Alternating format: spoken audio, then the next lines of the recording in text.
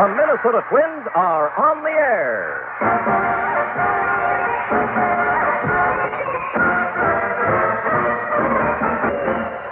June 29th, 1969. Torrid, Tony. 30-year-old Tony Oliva had already established a reputation of being one of the game's best hitters, having won 2 batting championships and made 5 All-Star appearances by the start of the '69 season. Tony O was making good on that reputation on this date, having gone 17 for 36 with an 8-game hitting streak coming into the doubleheader in Kansas City.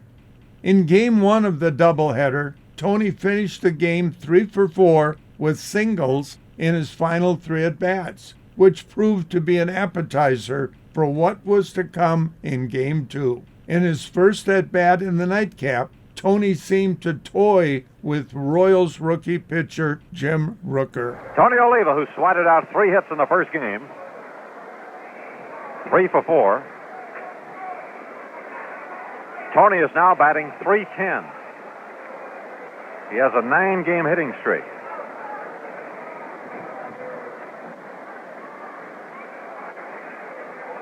During that time, he's had 19 hits, or 20 hits in 39 at-bats, over a 500 clip.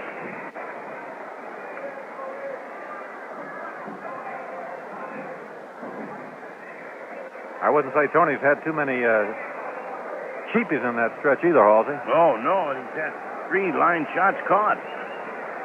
He's having a landscaping duel down here with umpire Knapp. You know, Tony likes to dig in with that rear left foot. For heaven's sake.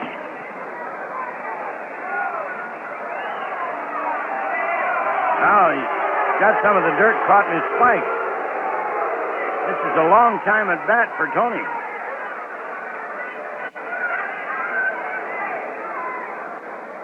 Rooker, the left-hander, into the stretch and delivers.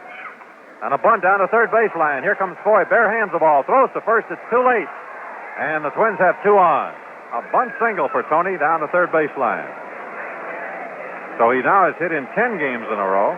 1 inning later, the Royals tried a different strategy versus Tony, with 10-year vet Dave Wickersham on the hill, who admitted he might have angered Tony with his approach. Tony Oliva, the batter. He had a bunt single in the first inning to run his hitting streak to 10 consecutive games.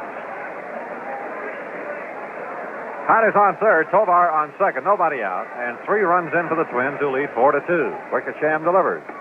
Low bridge, Oliva goes down, ball 1.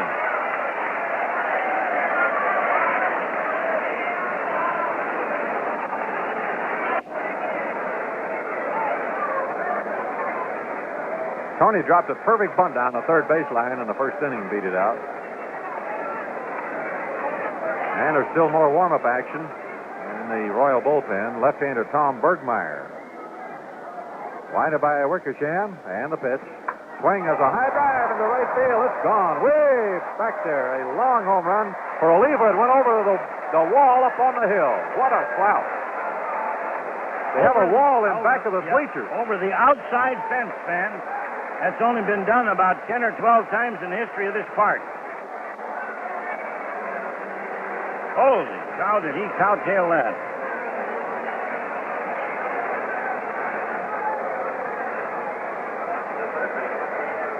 Well, it ties the record at Oakland, 6 runs with no one out. A long home run for Tony O to put the Twins ahead now 7-2 and bring up Harmon Killebrew. That was number 11 for Tony. Gives him 41 RBIs on the year. Killebrew takes a breaking ball strike. Oliva's 11th home run of the year. They just announced the figures on that. He's the 11th player to have done that in the history of this park. And that's the 13th ball that goes over there. The last player before this to do it was Reggie Jackson. A ball inside and then a curve outside to Harmon, 2-1. Well, it was a real shot by Tony. Joe Hauser did it twice which accounts for one extra one. I am not sure who the other one is. Well, I remember that pitch before I got knocked down. And they surprised me. And the next pitch was some kind of low inside slider, very slow. Almost the ball hit the ground, you could say. But I used to hit the low ball so good, because unbelievable. I hit the ball so far, man, that I scared. The ball get out of the ballpark, go over the defense, over the row. I hit a greenhouse. I broke the window in this lady house. I can't believe it. But after the game, surprised me, somebody was so nice to get that ball and bring it to me. And that was something I never forget. I still got that ball in my position. And you know, that ball went all the way to Cooperstown. And they put it there for a year in exhibition. I think that was a great day all around. I remember one time in Kansas City, Dave Wickersham knocked him down. And next pitch, Wickersham threw him a fastball right here. And if you know the old Kansas City ballpark, where there's houses up beyond the fence, and he hit one up there in this house, and this lady came out with a towel, like waving at it, like, what are you doing? The reported distance of the home run was 517 feet. The Royals then turned to rookie Mike Hedlund for Tony's next at-bat. And the pitch. Swing, a long drive into left center field. Going back for it is Spinella and Oliver, and it is off the wall in left center field at the 408 sign. Oliva has a double. Wow. Do you believe what you're seeing? No, I don't. 400 must have been 410 or 15 feet for the home run, and 408 to left center. The other was to right center. The third baseman, Thomas.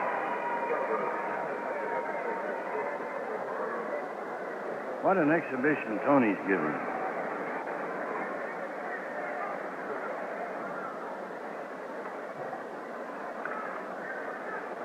He's now 6 for 7 this afternoon, fans. And that's 6 consecutive hits after he fied out in the first inning of the opening game. Twins manager Billy Martin said after the game, that double should have been ruled a homer. Tony made sure that his next at-bat versus Royals rookie Dick Drago wasn't up for debate. 2 balls, 1 strike, 1 out. Tovar at second. And Drago's pitch, a curveball hit high in the air to right field. Pat There Kelly she going goes, back, kid. back. There she goes. Up into the bleachers, a home run for Oliva. So Tony Oliva has hit his second home run and just missed a third his last time up with a double to the top of the left center field fence. So 2 more runs are in, and Oliva is now 4 for 4 with a pair of home runs, a double, and a single. He is 7 for 7, too, Merle. 7 consecutive hits today. How about that one? Now the Twins lead 9-2. Oliva finished the first game with 3 singles in the 4th, 6th, and 8th innings. Finally, it was up to 2-year pitcher Tom Bergmeyer to see if he could put a stop to Torrid Tony. Next will be Tony Oliva. What a day he has had. He is 4 for 4 in this game. He has had 7 straight hits. He has 2 home runs in this one, 2 RBIs, and he missed a 408-foot home run by maybe an inch and a half. It hit the trim of the left center field wall, right at the top of the wall. Bergmeyer now pitching, delivers, and there's a line drive in a right center, a base hit for Oliva, making him 5 for 5. So Tom Bergmeyer has no more success against Oliva than the other 5 pitchers who have worked against him. He has now 8 straight hits. And I believe we're going to have a runner for Oliva. Billy Martin's going to take him out of the ball game. The batter will be Ted Eulander. A single, 3-run homer, a double, a 2-run homer, and a single for Tony O. And his first home run of the day cleared the Brooklyn Avenue wall in Kansas City, which doesn't happen very often. Charlie Manuel running for Oliva, and Tony is getting a round of applause as he goes to the dugout. Tony was 5 for 5 in Game 2, with hits off 5 different Royals pitchers. After the game, KC manager Joe Gordon said, We tried everything except a shotgun to get Tony out. Something unbelievable because anytime you face different pitches, you have to have a different approach. But I think the way I used to practice, I think it makes a difference. I believe it when I practice the way I play the game. I remember I never practiced only hit fastball. I practiced to hit everything. I hit the ball all over, right field, right, to left field. I used the whole field. I think that makes me different, a little bit different how the approach engage different hitter and engage different pitches. And sometimes I go on one thing in my mind, is hit the ball to opposite field. Some other time I have something in my mind is pull the ball because I believe in myself. I believe I can do that. I was able to do it. Tony's 8 hit in 8 straight at-bats would fall short of his own Twins record set in 1967 of 9 hits in 9 consecutive at-bats. The Twins would go on to win 18 of their next 20 games. Tony's 197 hits in 1969 would lead the American League, but he would fall short of winning his 3rd career batting title as he finished runner-up to teammate Rod Carew. I still think, that day in Kansas City, that was a great day. In my rookie year, I told one thing. My rookie year was my rookie year. So it was unbelievable. How it's a lot of great day. But when you have an 8 for 8, and one day you have to be very lucky, and you have to hit the ball consistently. Good. I think I can say probably that was my best day. That's this week's Tale of the Tape.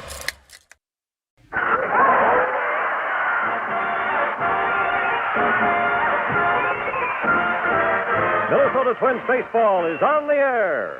This game is brought to you by Hamm's, the beer born in the land of sky blue waters over 100 years ago. A beer is a beer is a beer is a beer until you've tasted Hamm's. By the 9 offices of Safe Sound Twin City Federal, safe where famous twin clocks flash time and temperature. By your local heating oil distributor, a member of the Northwest Heating Oil Council, the man who keeps your home comfortably warm with safe, dependable oil heat. As a public service by Minnesota Blue Cross and its companion plan, Minnesota Indemnity Incorporated, offering total health care protection. And by Lindahl Oldsmobile, the Northwest's largest Oldsmobile dealer on Freeway 494, 3 miles west of the ballpark. Now, here's Halsey Hall. Well, hi again, folks.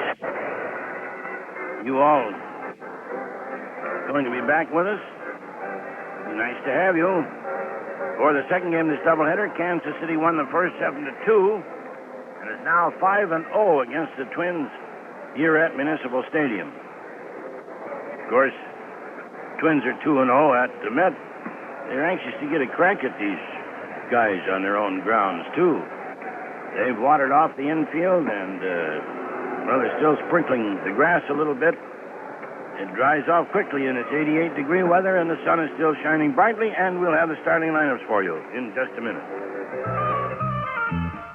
It's a lucky day to say so, tuck-a-buck a day away, tuck-a-buck a day away at Twin City Federal.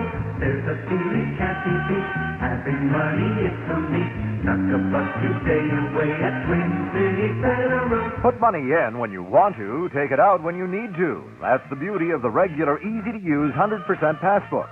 It also earns 5% per year at Safe Sound Twin City Federal. Your emergency money is ready for emergencies when you save the TCF Passbook way. It's a lucky day today, so tuck-a-buck a day away, tuck-a-buck a day away at Twin City Federal. There's a feeling can't be beat, having money is so neat, tuck-a-buck a day away at Twin City Federal.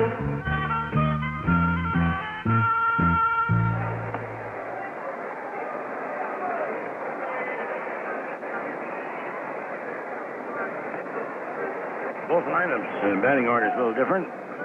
For Kansas City, Joe Foy, third base.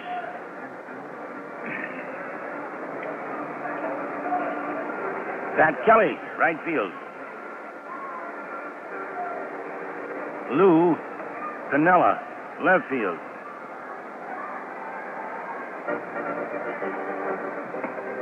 Bob Oliver, center field. John Martinez catching. Chuck Harrison, first base. Juan Rios, RIOS, second base. Jackie Hernandez, shortstop. And the pitcher, southpaw Jim Rooker, R-O-O-K-E-R. For Minnesota, Cesar Tovar, center field. Tony Oliva, right field. Harmon Killebrew, third base. Bob Allison, left field.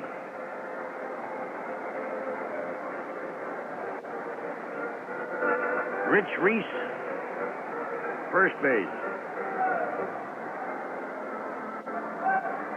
Leo Cardenas, shortstop.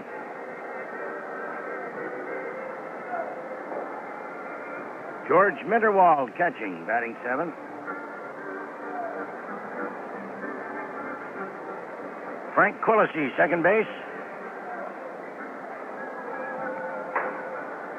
And Jim Cott, pitching 1 day short of his normal rest. Jim normally gets 3 days off. He worked Thursday, in Anaheim. And the umpire settling at the plate. It'll be Larry Knapp at the plate this game. Bill Kunkel at first, Johnny Rice at second, and Russ Getz at third.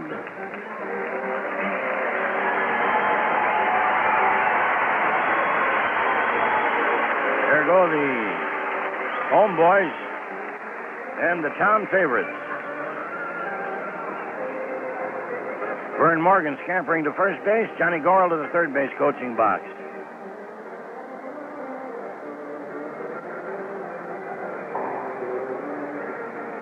Everybody changed uniforms, believe me. They were a soaky, saggy lot after 9 innings in this heat.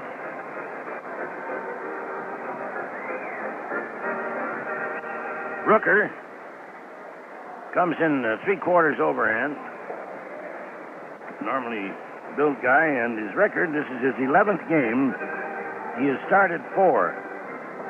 In 28 1/3 innings, he has allowed 37 hits, walked 13, but fanned 25.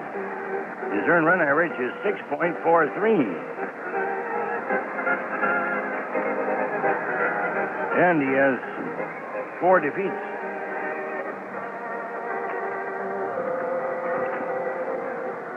A tenor, this is where you hear the Minnesota Twins during the 1969 Major League season. From your good neighbor to the northwest, with studios in St. Paul and Minneapolis at 830 WCCO. Light drizzle in the Twin Cities, 74 degrees, 28 1/2 minutes before 5. Cesar Tovar had one of his unaccustomed rest periods in the first game, playing center field.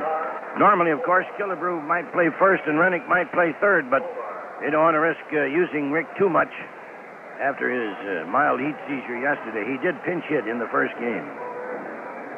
Rooker ready. Tovar stepping in to start us off this time, Herb Carneal. Thank you, Ozzie, and hi, everybody. And the first pitch to Cesar is high for ball 1. Cesar batting .222. He'll be followed by Oliva and Killebrew. The left-hander Rooker delivers high and outside. 2 balls and no strikes, and Rooker wants another baseball. John Martinez behind the plate this game for Kansas City. And lefty Jim Rooker, just recalled from Omaha, the pitcher. High fastball makes it 3-0. Joe Foy is at third base. Jack Hernandez at short. Juan Rios at second. And Chuck Harrison at first base. Pinella in left.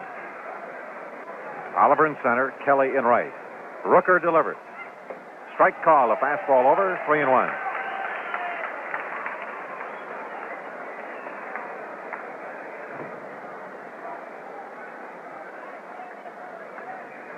And the pitch is low. He walked in. So Tovar gets on with a base on ball. And Mel Harder, the pitching coach, is trotting out to the mound. He may have spotted something about the delivery of Rooker that he thinks might be a helpful hint to help him get his control down a little better. Tony Oliva, who swatted out 3 hits in the first game, 3 for 4.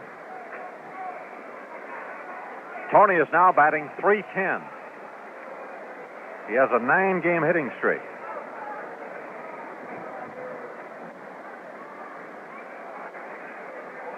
During that time, he's had 19 hits,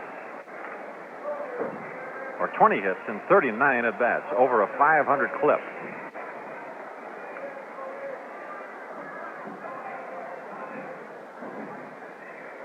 I wouldn't say Tony's had too many cheapies in that stretch either, Halsey. Oh, no, he's had 3 line shots caught.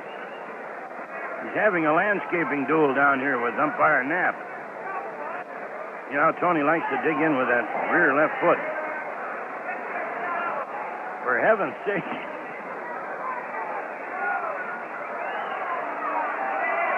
Now he's got some of the dirt caught in his spike. This is a long time at bat for Tony.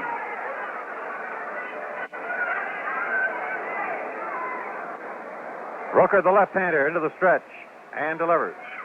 And a bunt down the third baseline. Here comes Foy. Bare hands the ball. Throws to first. It's too late. And the Twins have 2 on. A bunt single for Tony down the third baseline. So he now has hit in 10 games in a row. Batting third, number 3. And Harmon Killebrew steps in. Third base, Killebrew. Harmon's 33rd birthday today. He didn't get a hit in the first game, was 0 for 4, batting .278, has 18 homers and 69 runs batted in. The Twins threatening here with Tovar on second, Oliva on first, nobody out. 26-year-old left-hander Jim Rooker. Here's the stretch. And the pitch to Killebrew. Fastball on the outside corner, 1 strike. Rooker's a 6-footer, weighs 190. He had been with Detroit, and they sold him at the end of last season to the Yankees, and then Kansas City picked him in the expansion draft off the Yankee roster. Here's the stretch by the left-hander. A look back to second, the pitch. Breaking ball outside. 1 ball, 1 strike.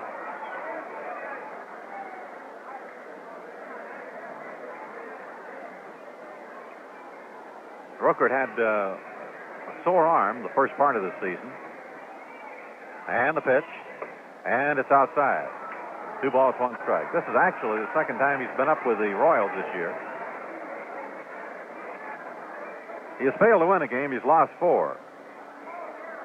Given up 37 hits in 28 and a fraction innings. And the pitch. Swing and a foul back. 2 balls, 2 strikes.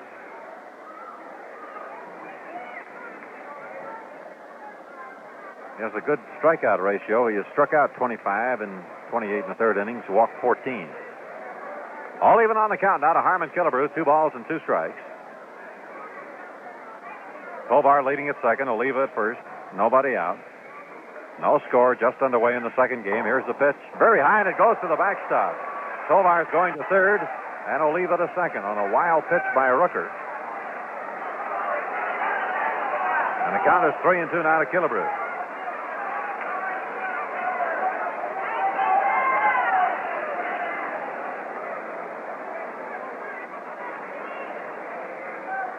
Full count to Harmon with Bob Allison on deck.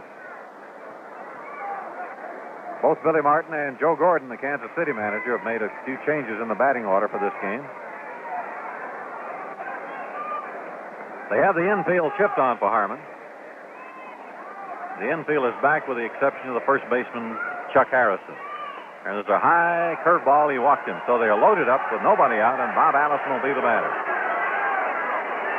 Rooker now has walked 2 and given up a bunt single here in the first inning.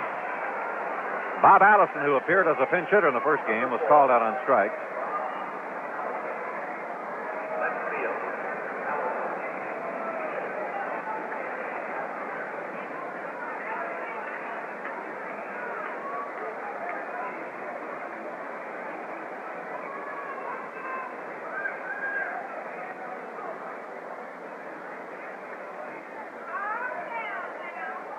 Rooker delivers to Bob, and it's swung on a ground ball out near second base. Rio steps on second, throws to first, double play. Tovar scores. The Twins have a run in. Allison hits him to a second, the first double play. So no run batted in for Bob as Tovar scores. Oliva goes to third. Killebrew cut down at second. So we have a man on third now with 2 outs, and Rich Reese coming up.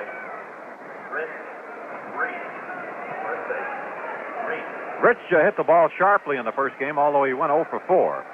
He just didn't have very much luck. Hit one line drive that was caught, was robbed another time by the first baseman.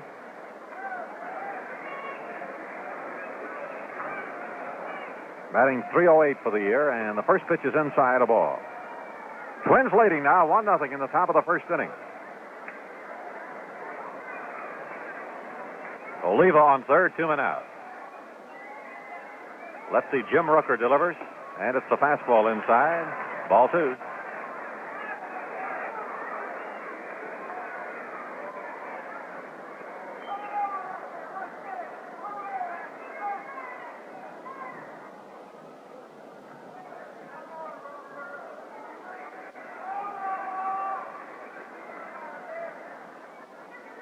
Right-hander Don O'Reilly beginning to warm up in the bullpen for the Royals. Here's the pitch. Strike is called. A fastball over, 2-1.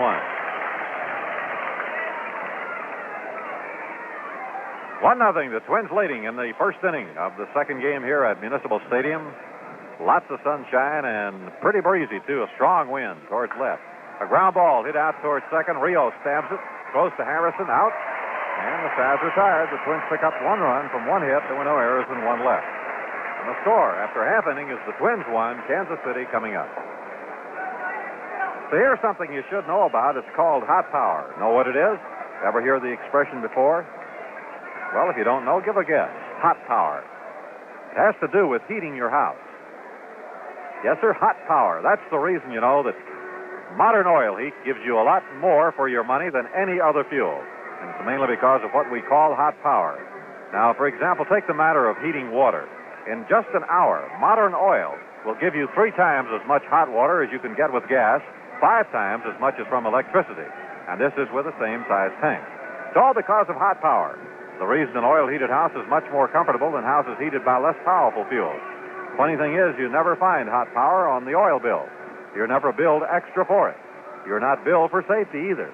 And yet modern oil is the safest fuel you can use. Nor are you billed for cleanliness, dependability, or round-the-clock service.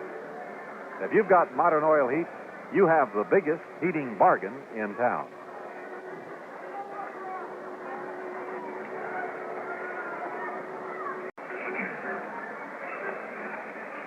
Well, the inning started so promising, but the Twins just got the one.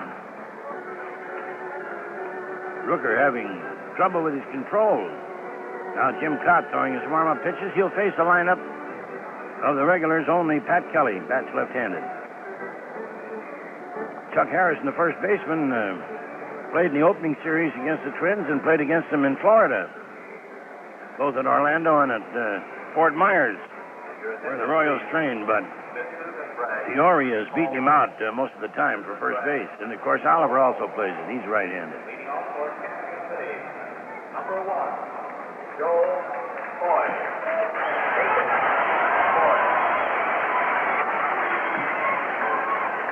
Joe Foy leading off, and Cott's first pitch to him is a curve strike, 0-1. Foy batting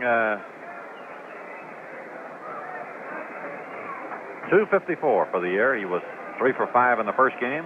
Swings at the hard ground ball to short. Cardenas up with it, throws on over to Reese, out, 1 away.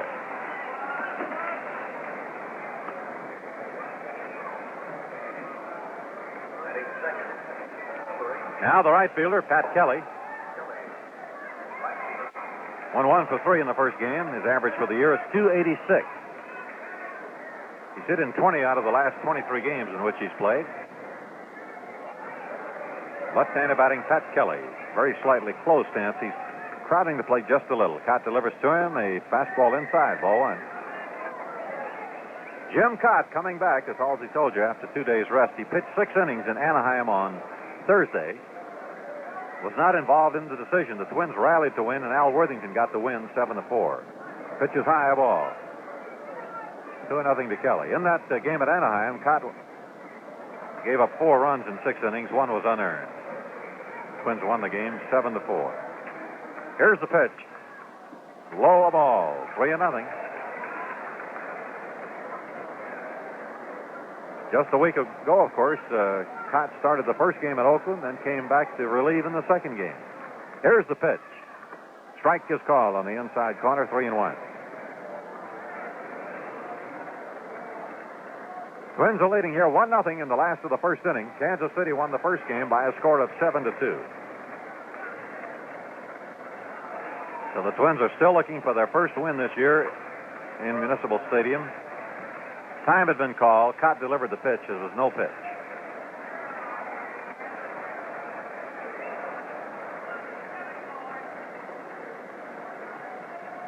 One out, nobody on. 3-1 to Kelly.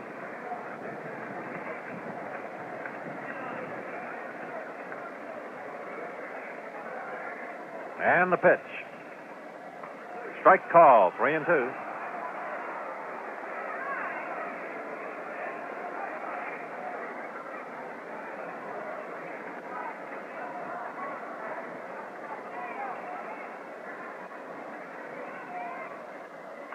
Foul ball at the plate. Count holds a 3-2. George Meadowall behind the plate for the Twins. With Killebrew at third, Cardenas at short, Frank Quillisi at second, Reese at first, Bob Allison in left, Tovar in center, and Oliva in right.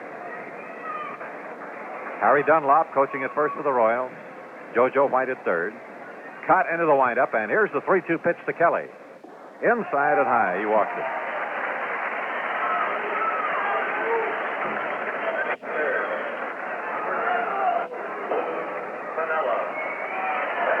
Lou Piniella, the left fielder.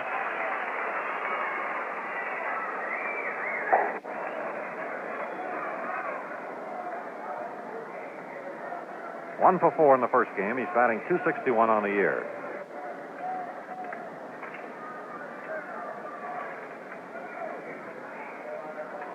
Here's the stretch by Jim Cott, and the pitch on the way. Swing and a miss with a fastball away from him.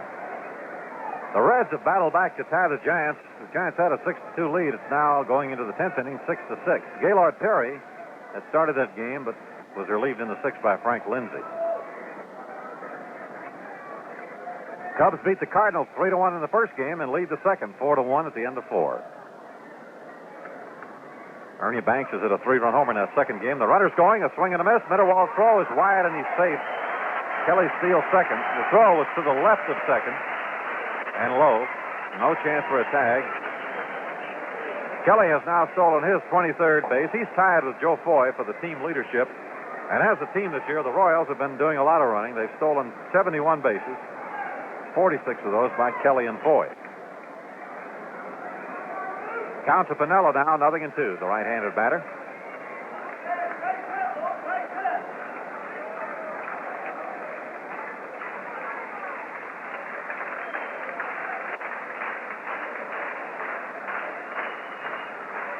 Not taking too much time. Piniella steps out. Bob Oliver will be the next batter.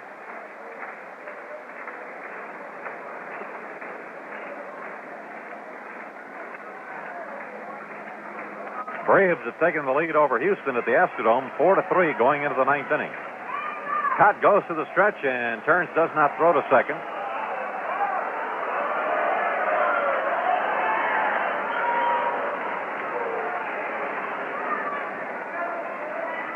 Foy's stolen base in the first game was a steal up third. 0-2 now to Lou Piniella. Infield up a couple of steps, the outfield straight up. Cott delivers to him. A curveball swung on a pop-up off first base. Foul ball. Reese shielding his eyes from the sky and makes the catch. Gee, balls in the air, murder today.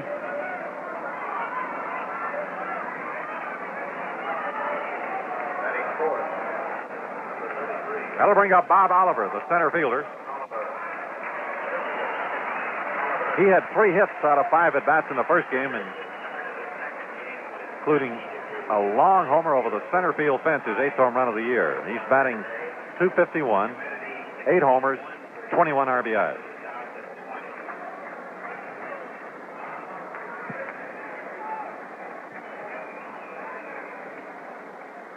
Kelly on second, 2 out. Cott delivers, and Oliver bangs a foul to the left, 1 strike. And the temperature now is 90. The humidity is 61. The wind is blowing out at 20.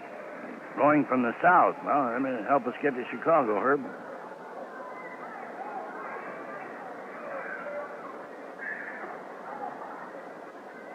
Sure helped those balls go over the fence out there. Here's a stretch by Jim Cott, and the pitch to Oliver. Fastball swung on. There's a long drive into left center field, way out. Tovar running hard as he can, reaches out, doesn't get it. Kelly is going to score. Oliver to second with a double, and it's tied up 1-1.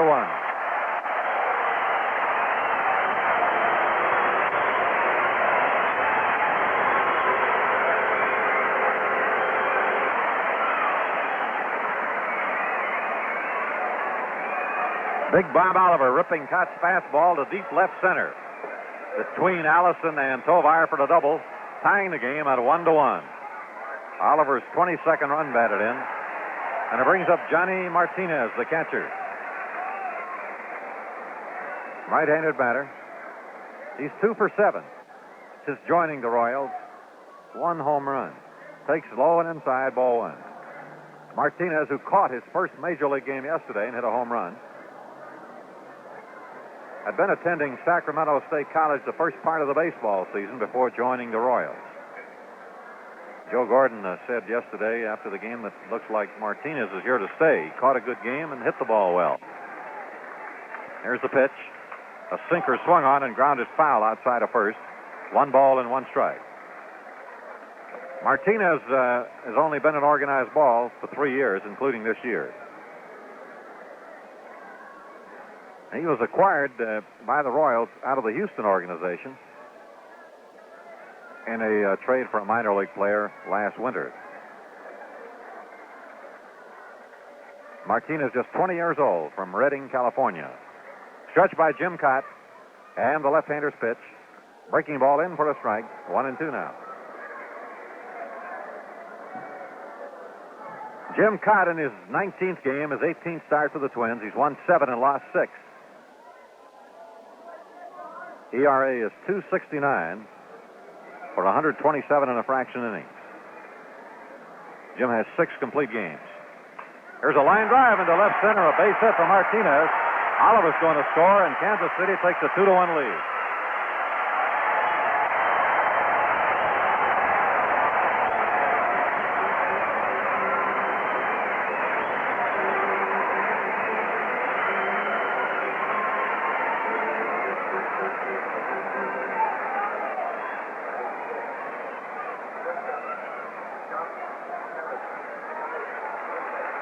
Now making his first appearance in the series is right-handed batting first baseman Chuck Harrison. Batting .233, he takes outside and high, ball 1. He used to hit some long balls in the Astrodome when he was with Houston. Member of the Houston club. He has 2 home runs with the Royals, 13 runs batted in. The pitch, curveball inside and low. Ball 2. Kansas City taking the lead 2-1 here in the last of the first inning on a walk to Kelly, a double by Oliver, and a single by Martinez.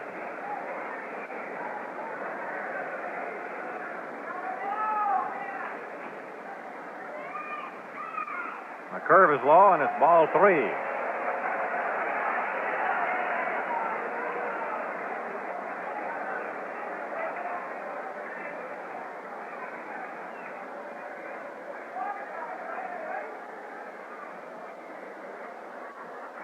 Cott to the set, delivers.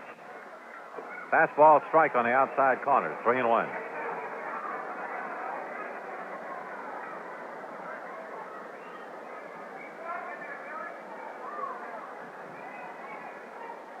The stretch. Here's the pitch to the right-handed batter. Fastball hit on the ground down third base. Way Killebrew grabs it, throws to second base, out.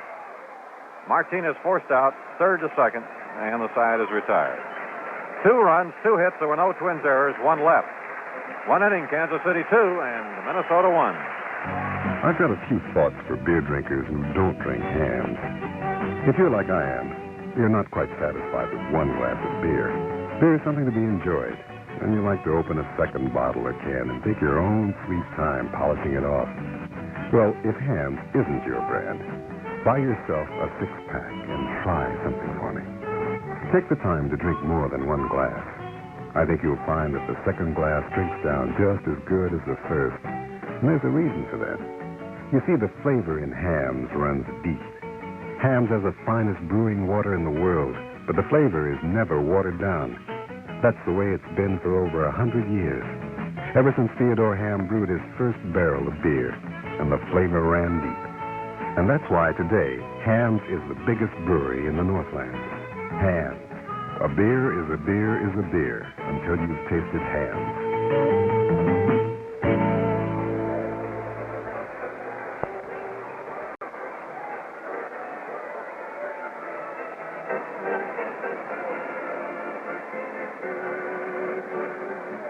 Yes, sir. Hear the organ music?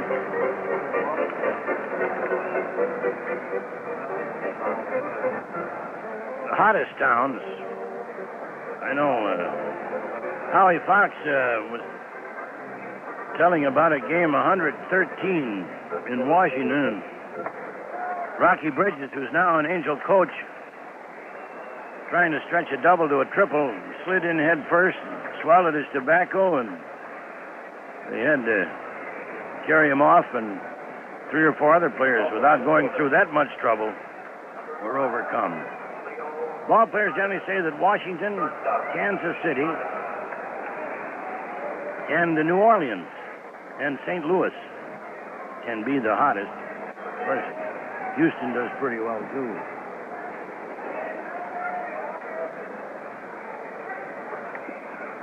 Leo Cardenas takes low, ball 1. He starts the second inning. He'll be followed by George Mitterwald and Frank Quillisi. Leo 1 for 4 in the first game, batting .279 for the year. 26-year-old left-hander Jim Rooker. And the pitch is swung on a miss. Sinker down and away from him. 1 ball, 1 strike. Well, the Senators are climbing all over the Red Sox 9-4 after 4 in the second game. Washington scored 3 in the ninth to beat them in the first game 5-4. Red Sox have had tough going here lately. Pitch is low to Cardenas, 2-1. Yeah, Oakland started the Red Sox on their bad streak. And a shell shocked them in there. Oakland's leading the White Sox 3-2 after 5 in their first game. There's a foul ball. Back towards the press cage. 2 balls, 2 strikes. What'd that get over there? Could you see, Halsey? Anybody we know? No.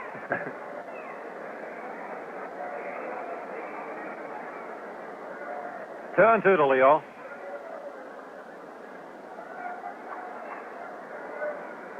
That's Catfish Hunter against Gary Peters in the first game at Oakland. A's 3, White Sox 2 in the 6th inning. There's a fastball outside to Leo, 3-2.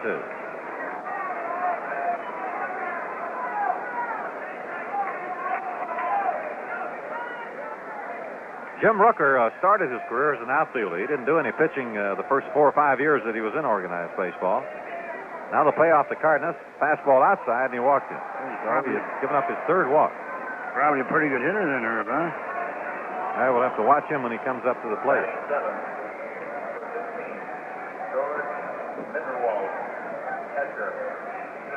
George Mitterwald, appearing for the first time in today's doubleheader. Batting .232. Twins trailing 2-1 in the second. Kansas City won the first game 7-2. Rooker delivered. Swing and a foul back, 1 strike.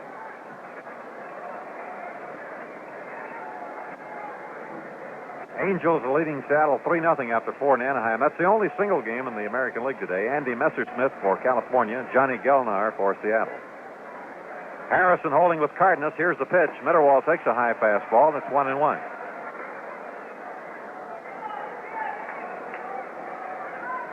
Yankees leading the Indians 5-2 after 5 in the second game. New York won the first one. 2 innings of Baltimore, 3-1 Orioles over Tigers in the second game. The Tigers won the first game. The pitch is outside to Mitterwald, 2 balls, 1 strike.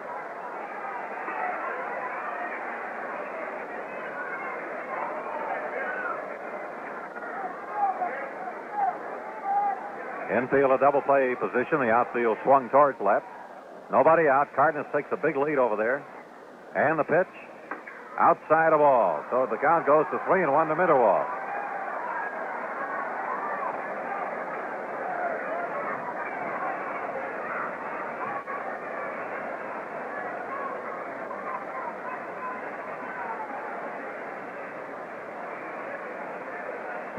Rucker into the stretch. Delivers. And it's high. He walks Mitterwald, so he's given up 4 walks now. 2 in the first inning, 2 here in the second inning with nobody out. And they're going to get Don O'Reilly warmed up in the bullpen. This is the play-by-play broadcast of the Minnesota Twins. You kind of wish you had a drawing account at the Vitality Bank? Well, you do. It's in your refrigerator in that cool carton that's labeled milk.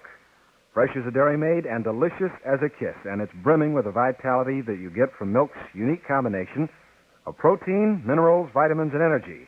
Minnesota's dairy farmers guarantee that you can bank on milk for the big lift that lasts. Studios Minneapolis, St. Paul at 830. This is WCCO.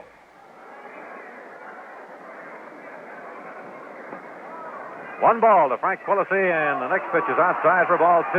2-0. Foy is going over to talk to Rooker, who has walked 2 batters and now is behind 2-0 to Quillisi. Frank batting 162. Now Joe Gordon is coming out, and he is going to bring in Don O'Reilly, the right-hander. So this will be all for Rooker, who was recalled just yesterday from Omaha. Looked like he was throwing pretty well. He had a pretty good fastball out there today, but he was wild. So he gets credit for pitching only 1 inning.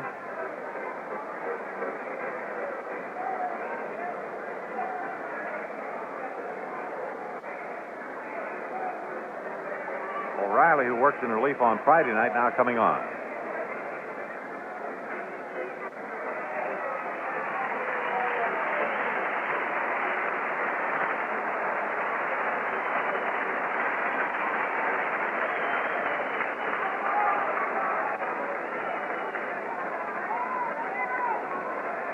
O'Reilly. It's only Don's 5th game. He's allowed 6 hits and 2 earned runs in 6 1/3 innings.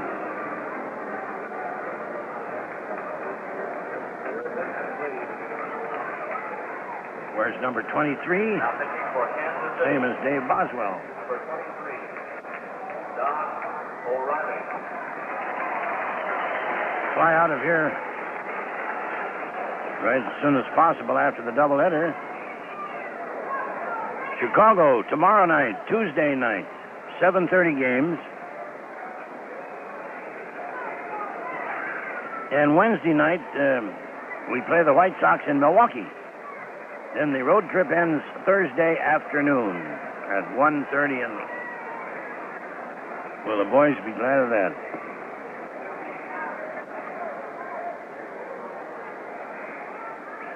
Winding up a 2-week road trip in which they played 16 games. They were 5-3 in Oakland and California coming into this series, but now they're 5-6. Quillisi steps in.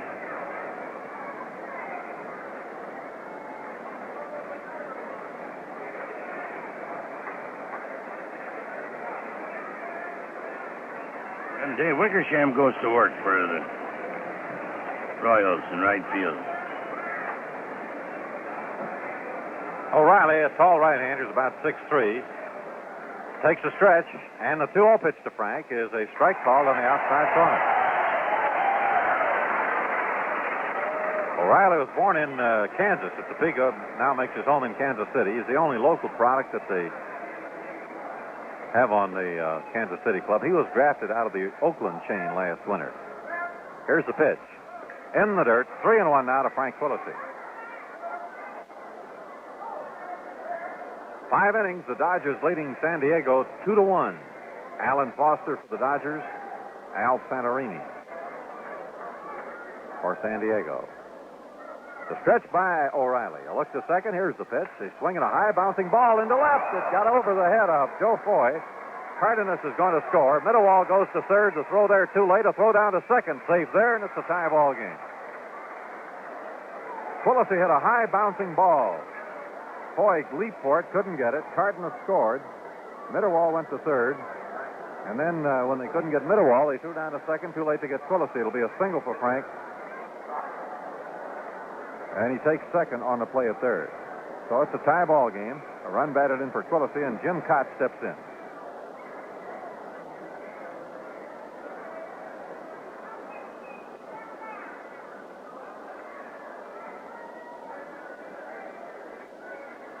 Infield up for the Royals. Pitch is low and inside. Ball one.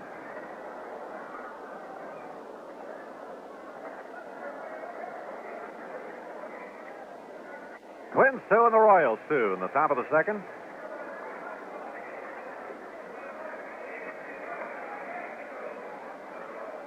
Mitterwall leading at third. Quillisi at second. Nobody out. And the pitch.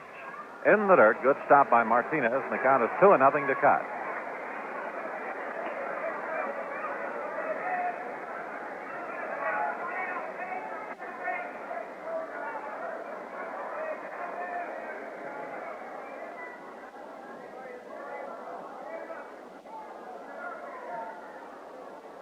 And the pitch.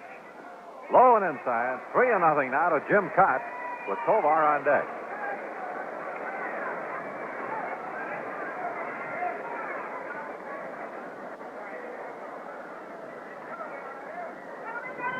So the bases on balls helping out the Twins. Tovar walked in the first inning. He scored. Now Cardenas, who led off this inning with a walk, has scored.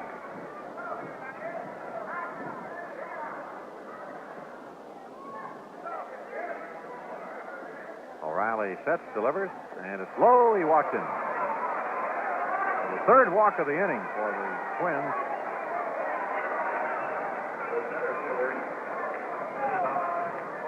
So with nobody out here in the second inning, the Twins already have had 5 bases on balls, and Tovar will come out. These are playing in center field in this game.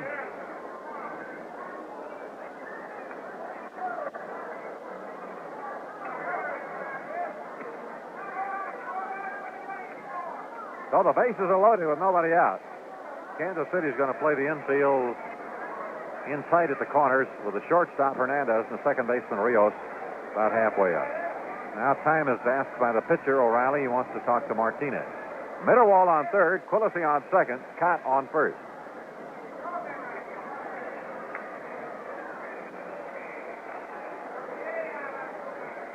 Cincinnati beats the Giants 7-6 after trailing at one time 6-2, and the Braves have defeated Houston 4-3.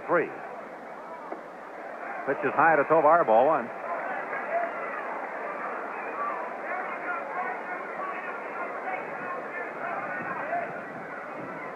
O'Reilly was just recently called up. A couple of pieces of stray paper blowing out there around the pitcher now.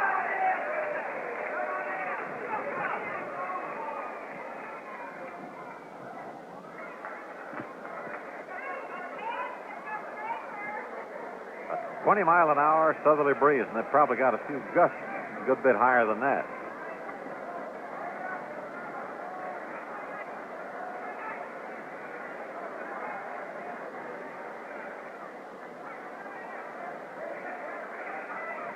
Pitch is swung on. There's a high drive into deep left field. Pinello racing for this ball. He can't get it. It's off the left field wall. Mitterwall has scored. Quillisi is scoring. Here comes Koch to third base and a double for Tovar. So the Twins now have a 4-2 lead. Tovar wrapping one off the left center field fence for 2 bases. Joe Gordon is coming out, and now I guess he's going to bring in Wickersham. 2-run double for little Cesar Tovar, scoring Mitterwall and Quillisi. Koch being held at third.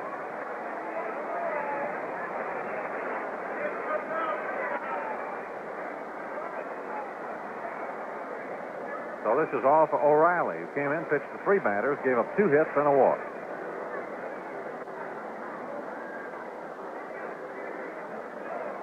Tigers have just tied up Baltimore in the second game when Freehan hit a 2-run homer in the third inning. It's 3-3 now after 2.5. Detroit rallying to win the first game 3-2. In that second game at Washington, Frank Howard has hit his 24th home run. Epstein hit number 17, Yastrzemski number 20 for Boston.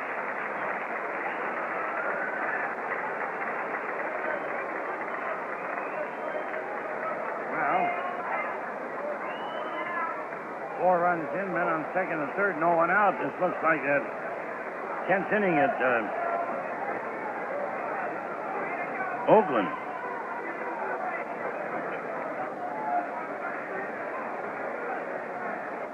Three runs in this inning. Old Davy Wickersham, it's his 30th appearance. He's appeared more than any other Royal pitcher. In 45 and 1/3 innings, he has allowed 48 hits. He has walked only 11, struck out 24. Dave's earned run average 3.60.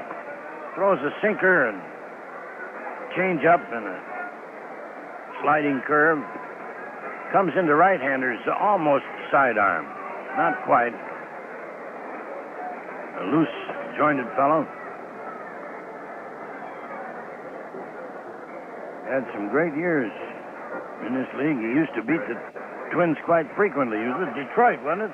Howie and Herb? That's right.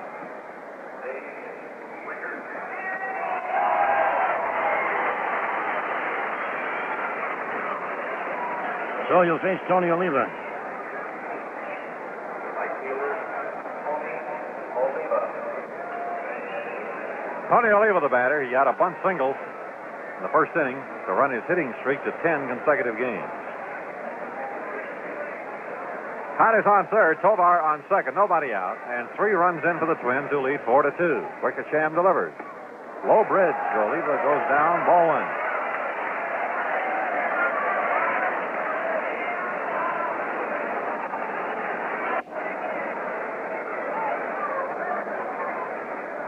Tony dropped a perfect bunt down the third baseline in the first inning, beat it out.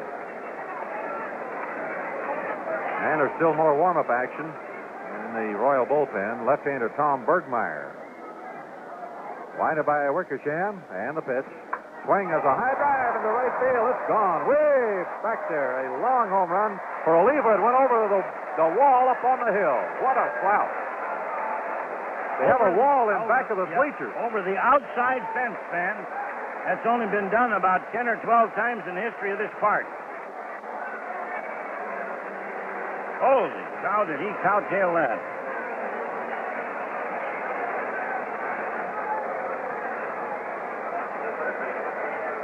Well, it ties the record at Oakland, 6 runs with no one out. A long home run for Tony O to put the Twins ahead now 7-2 and bring up Harmon Killebrew. That was number 11 for Tony. Gives him 41 RBIs on the year. Killebrew takes a breaking ball strike.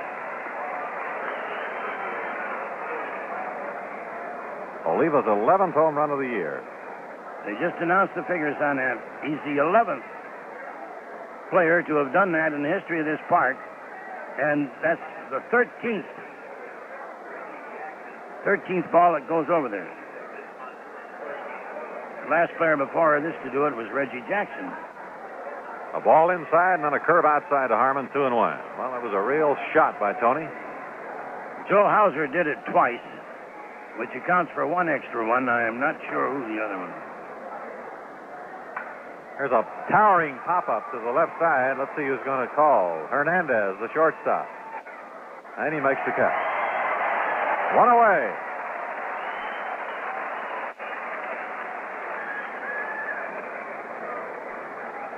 And the batter now will be Bob Allison. Bob hit into a second or first double play his first trip.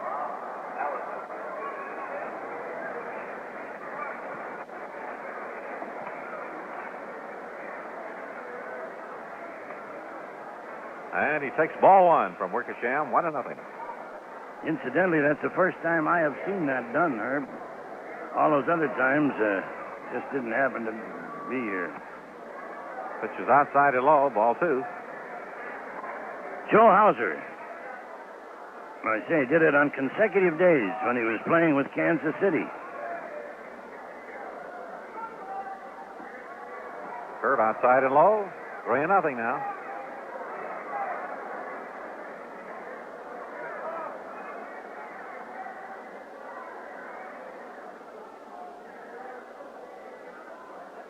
And the pitch.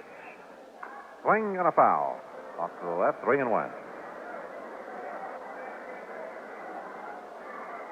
The Twins 7 and Kansas City 2. A 6-run inning for the Twins.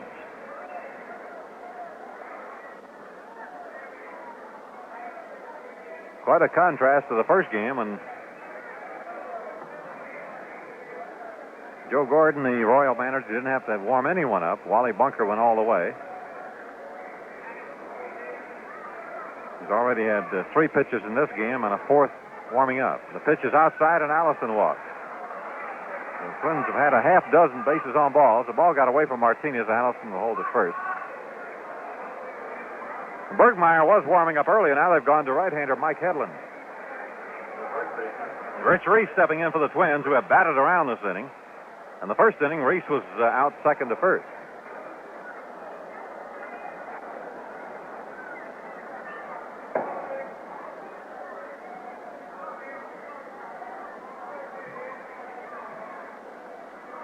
Pitch is outside of ball, 1-0.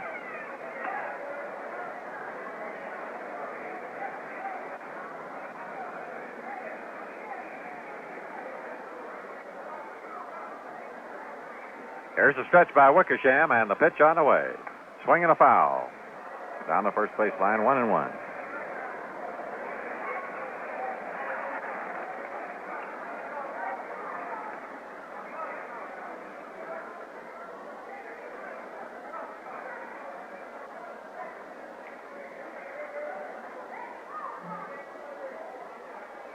Here's a stretch by the right-hander. Harrison holding with a runner, and the pitch is swung on. He went for a slider. Foul tipped it. 1 ball, 2 strikes.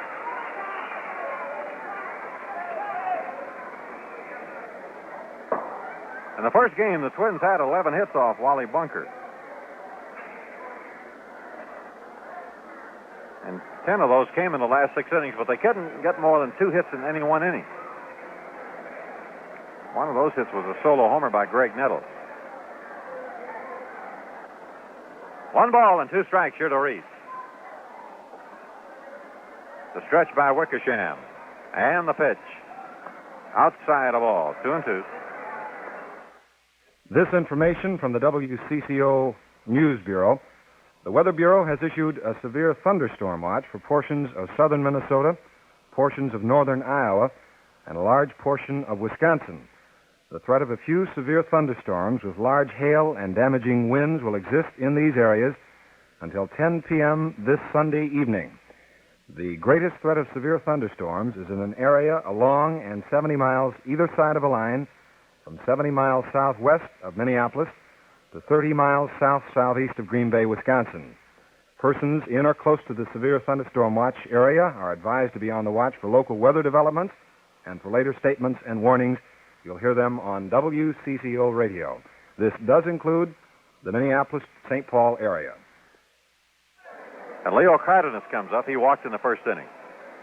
That home run by Oliva, of course, means we have another $100 winner in Old Gold's home run for the money contest. Ball 1 to Leo. And the winner of this $100 is Timothy J. Bade, B-A-D-E, of 1991 67th Street East, Inver Grove Heights.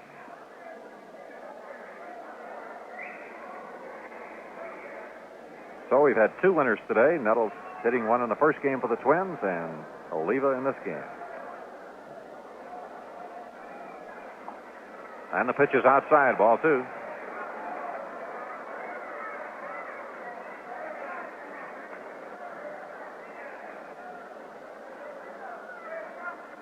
Leo started this inning off by getting a base on balls. Then the Twins went on to score 6 runs. Now they have Allison on second with 2 out. Wickersham, the right-hander, checks Martinez for the sign. Here's the stretch. And the pitch. Strike call. Breaking pitch on the outside corner, 2-1. Dave Wickersham, always trying to nibble at the corner. Doesn't have that blazing speed, but tries to throw the ball up there with a little something on it. Pitching to Spot. He delivers. And here's a fastball inside that Leo lines right to the shortstop, Jack Hernandez. So the Twins come up in the second inning with 6 runs from 3 hits, no errors, and 1 left. So after an inning and a half, it's the Twins 7 and Kansas City 2. You know, there's only one savings plan around these days that's convenient enough for today's kind of living, and that's the good old, easy-to-use 100% passbook. Put money in when you want it, take out money when you need it. In all history, nobody's ever invented a better way to save. And that's why it's the only savings plan that the Twin City Federal folks offer. What's more, they've boosted the interest rate to 5% a year, effective July the 1st. The easy-to-use passbook is the best savings plan in all history, because it helps you do what you want to do when you want to do it. Makes your emergency money available for emergencies. And that certainly beats the 90-day notice, red tape plans that tie up your money. So make saving easy for yourself. Open a passbook account at Safe Sound Twin City Federal, where the famous twin clocks flash the time and temperature.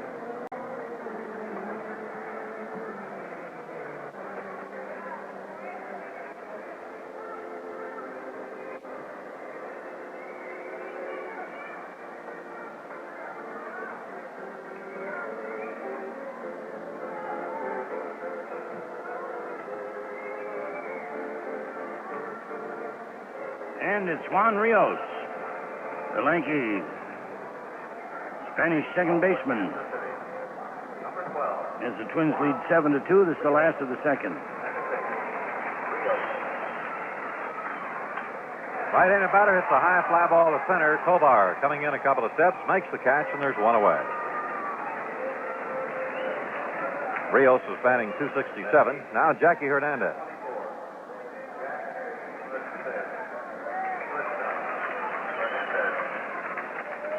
Jackie was 2 for 4 in the first game, batting .247 on the year. Has a 6-game hitting streak. The lefty Jim Cotton's the windup, delivers. And it's high and wide, ball 1.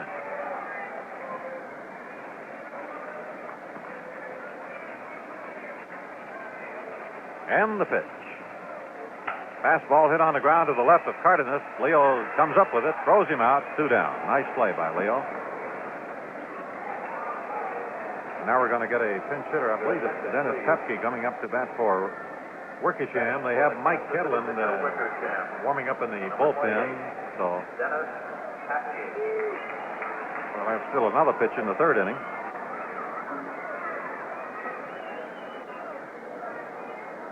Pepke, a right-handed batter, and Cott's first pitch to him. Swung on a high fly ball to center field. Caesar got it. Tovar under it and makes the catch. So Cott threw 4 pitches to retire the side that inning. And at the end of 2, it's Minnesota 7, Kansas City 2. This is Merle Harmon for Lindahl Olds. All cars, new and used, are sale priced, and you'll find them at Lindahl Olds on Freeway 494, just 3 miles west of Metropolitan Stadium. It's the gigantic pre-4th of July sale, timed just right to put you behind the wheel of a new Olds or a value-rated used car. Prices are at an all-time low at Lindahl. You'll save hundreds and hundreds if you buy now. How about this sharp used car? A 67 Chevrolet Impala wagon. It's spruce green with all vinyl seats. Accelerate with a V8 engine, automatic transmission, power steering, power brakes, radio, and heater. It's a terrific wagon for the family, and the price is a low $15.89. Or how about this one? A 65 Pontiac GTO 2-door hardtop with 4 on the floor and bucket seats, along with many more extras, a low $15.95. Now, these are just a couple of the hundreds of bargains you'll find now at Lindahl Olds on Freeway 494. So stop in first thing tomorrow morning. Buy a new car or a value-rated used car now during the huge pre-4th of July sale. You'll never save more.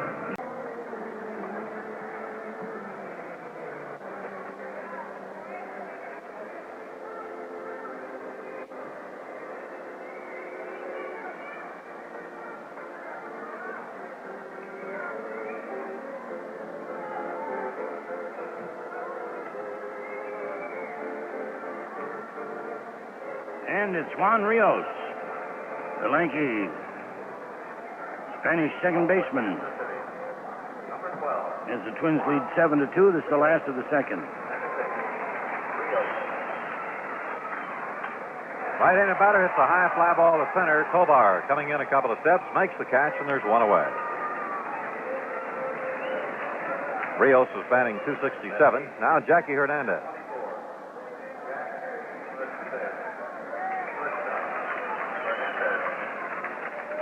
Jackie was 2 for 4 in the first game, batting .247 on the year. Has a 6-game hitting streak. The lefty Jim Cott into the windup, delivers. And it's high and wide, ball one.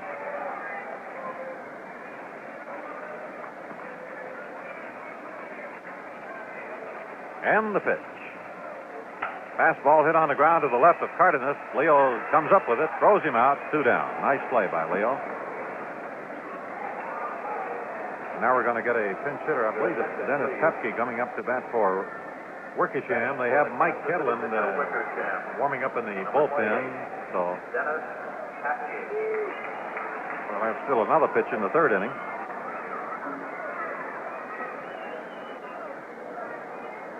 Pepke, a right-handed batter, and Cott's first pitch to him. Swung on a high fly ball to center field. Caesar got it. Tovar under it and makes the catch. So Cott threw 4 pitches to retire the side that inning. And at the end of 2, it's Minnesota 7, Kansas City 2. This is Merle Harmon for Lindahl Olds. All cars, new and used, are sale priced, and you'll find them at Lindahl Olds on Freeway 494, just 3 miles west of Metropolitan Stadium. It's the gigantic pre-4th of July sale, timed just right to put you behind the wheel of a new Olds or a value-rated used car. Prices are at an all-time low at Lindahl. You'll save hundreds and hundreds if you buy now. How about this sharp used car? A 67 Chevrolet Impala wagon. It's spruce green with all vinyl seats. Accelerate with a V8 engine, automatic transmission, power steering, power brakes, radio, and heater. It's a terrific wagon for the family, and the price is a low $15.89. Or how about this one? A 65 Pontiac GTO 2-door hardtop with 4 on the floor and bucket seats, along with many more extras, a low $15.95. Now, these are just a couple of the hundreds of bargains you'll find now at Lindahl Olds on Freeway 494. So stop in first thing tomorrow morning. Buy a new car or a value-rated used car now during the huge pre-4th of July sale. You'll never save more. Little pitcher Mike Hedlund, Hedlund, flaming red hair. When we saw him this spring, well, he and Dave Moorhead looked like just about the 2 best pitchers on the Kansas City staff. Mike has slipped some. It's his 17th game. He has 2 wins and 3 losses. He has given up 64 hits in 58 and 2/3 innings. 18 walks, 32 strikeouts. Comes in right overhand.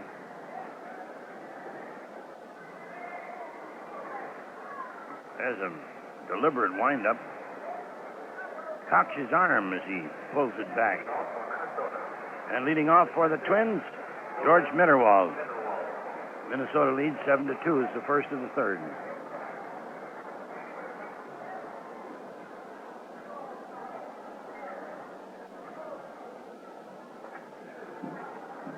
Mike Hedlund pitching to George Mitterwald. George got a walk in the second inning. And the right-hander delivers. Fastball in for the strike. 0-1.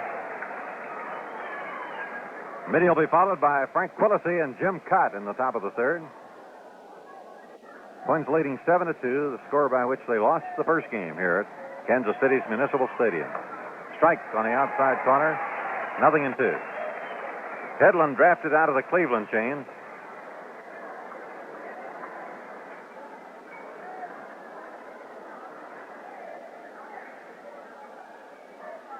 Right-hander winds up and delivers. Curveball outside. 1 ball, 2 strikes.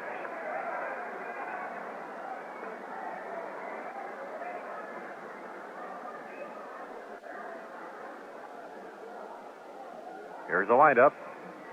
And the pitch to George. Fastball foul straight back over the press cage. Still 1-2.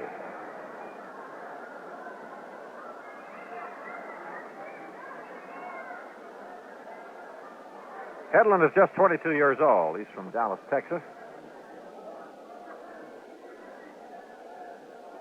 Was called up by the Indians and got into 3 games with them last year, delivering to Mitterwald a high fastball, 2-2. He pitched in the Eastern League at Waterbury, Connecticut last year and had a record of 11-8. He won.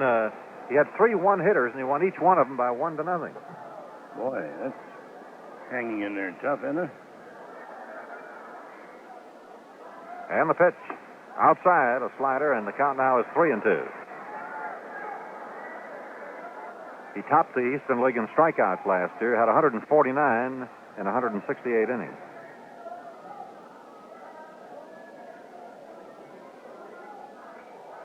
Full count to George Mitterwald, leading off the Twins' 3rd inning. Twins have made those hits count in this one, 7 runs on 4 hits.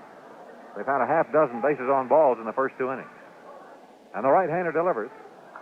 Swing and a foul. Still 3-2.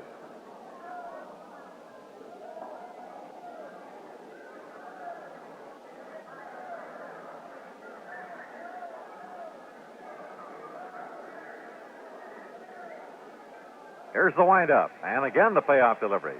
High and inside. Mitterwald walks. So the Twins now have had 7 bases on balls. Frank Quillisi, who bounced the single into left field to drive in a run last inning.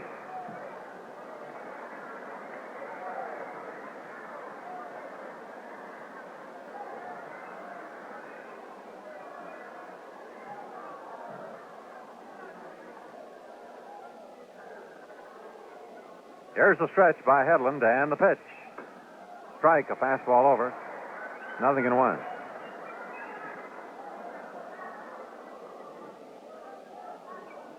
Washington 11, Boston 4 after 6 in Washington. Senators won the first game with a 3-run rally in the 9th. Here's the pitch. Curveball swung on, lined out into center field. A base hit for Quillisi. And Mitterwald will stop at second. Frank gets his second hit, hitting Hedlund's curveball into center field. Mitterwald stopping at second, and now Jim Cott will be the batter. Jim walked last inning. The pitcher,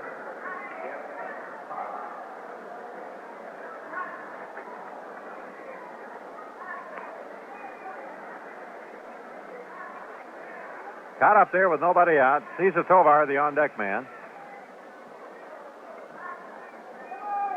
Twins leading by 7-2.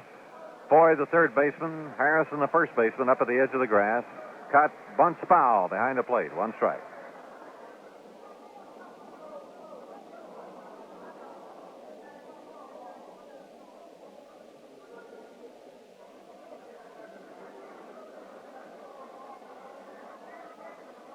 A lot of people going home. Hedlund checking his sign with Martinez. Mitterwald leading at second. Quillisi at first. Nobody out. The stretch. And the 1-strike delivery is a fastball, and he cuts on it and pops it high in the air to left center field. Not very deep. Piniella, the left fielder, makes the catch. Runners will have to hold up, and there's 1 out.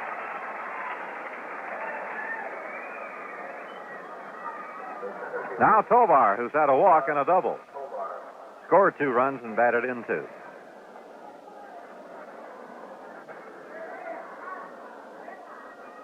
In the National League, the Cubs are really shellacking the Cardinals. It's 10-1 Chicago after 6.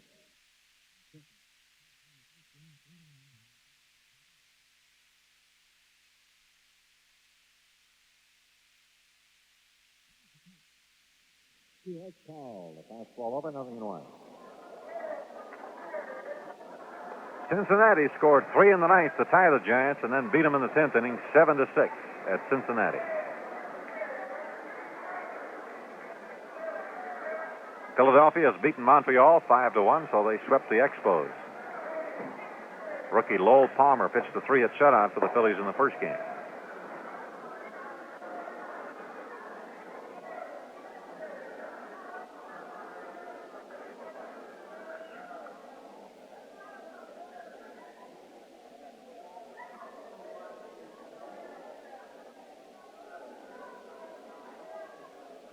Stretch by Hedlund. Here's the pitch. A swing and a bouncing ball back to the pitcher. He throws down to second. Out there, relay to first. Double play. 1-6-3 on the DP. No runs. 1 hit, no errors, and 1 left. 2.5 innings now. The Twins 7, the Royals 2.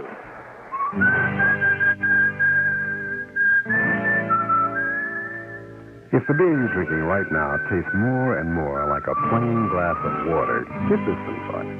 Some deep thought. Ham's beer is brewed with the finest water in the world, but the flavor is never watered down. Down under that proud head of foam, the flavor runs deep. That's the way Theodore Ham first brewed it over 100 years ago. And that's the way Ham's is brewed today, with flavor that runs deep. So you can drink a second glass of Ham's and it tastes just as good as the first. Drink deep, my friend. Ham's was meant to be enjoyed. After all, that's how Ham's got to be the Northland's biggest brewery. Ham's. A beer is a beer is a beer until you've tasted Ham's.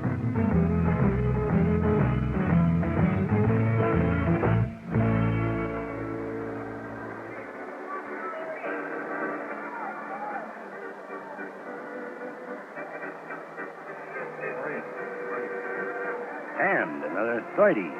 The play-by-play broadcast of the Minnesota Twins. Good neighbor to the Northwest, studios Minneapolis-St. Paul at 830 WCCO. And the sunflower follows the rain. That's sunshine. Not in Minnesota, it's sunflower. Sunflower? Big, bright, delicious sunflowers. Delicious sunflowers? They are at Fisher's.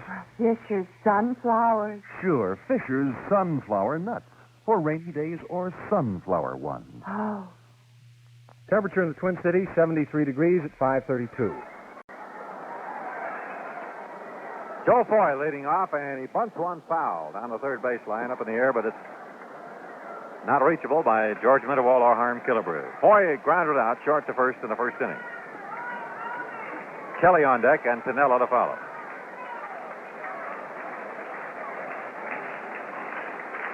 One strike to right-handed batting Joe Foy, who's been hot in the series. Here's the windup and the pitch. Fastball hit on the ground, and Cardenas makes a beautiful knockdown of it. He throws to first base. Out on a close play, and a beauty by Cardenas. Boy, you don't know how he got to that ball, Halsey. And a quickie.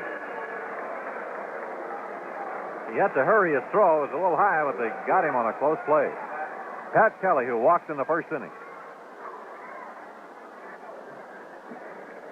Randy Hundley just homered for the Cubs. They now have an 11-1 lead over the Cardinals in the seventh.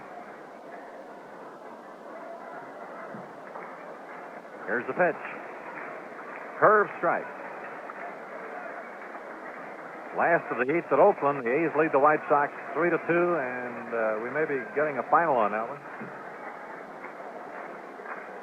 Here's the pitch. Swing. Kelly hits the ground ball to the left. Quillisi, he gloves it. Throws to Reese. 2 down. 2 up and 2 down in the Royal third inning, and it'll bring up Lou Piniella, who has been up once and fouled to first.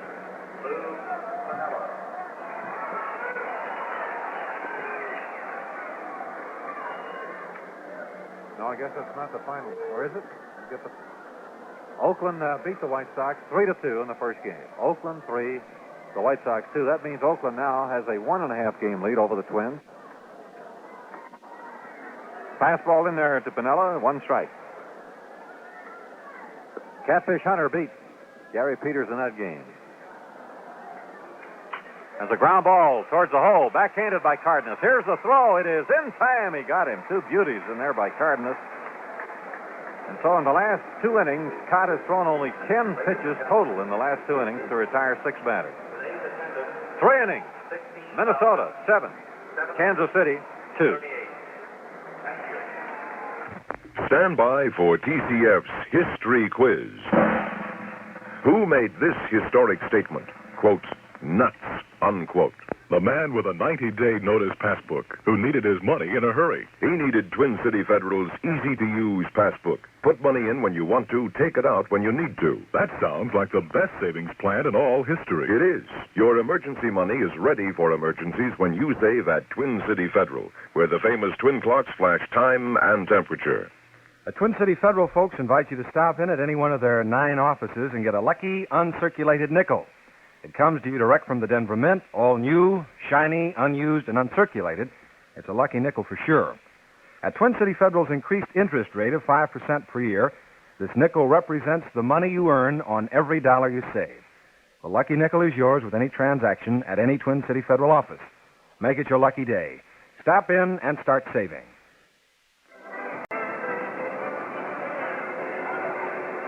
Here's the attendance today, fans.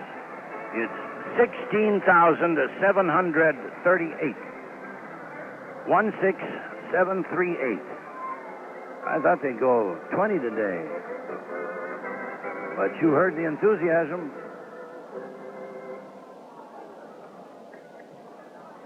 And let's see. 26. Drew over 37,000 for the three dates here.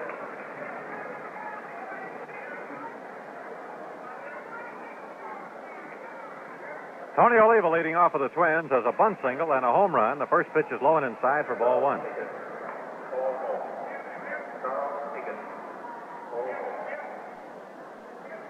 Tony with a 10-game hitting streak. During that time, he's been hitting over 500. Hedlund delivers. A high fastball, ball two. Twins have 7 runs, 5 hits and no errors, and the Royals 2 runs, 2 hits and no errors.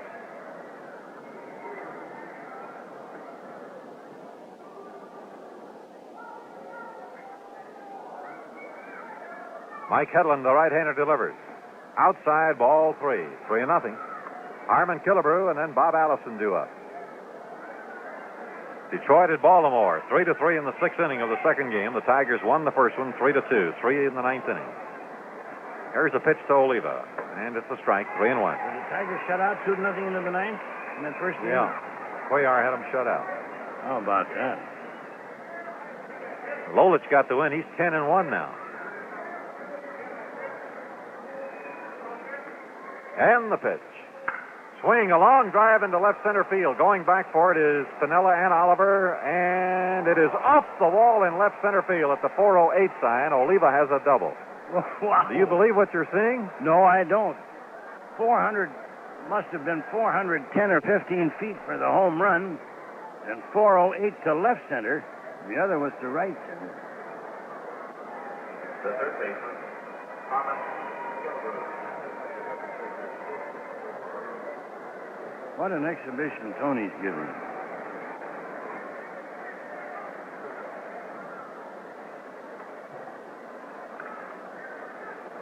He's now 6 for 7 this afternoon, fans. And that's 6 consecutive hits after he flied out in the first inning of the opening game. Kansas City won that one 7-2. Harm Killebrew with a walk and a pop to short takes inside a ball, 1-0.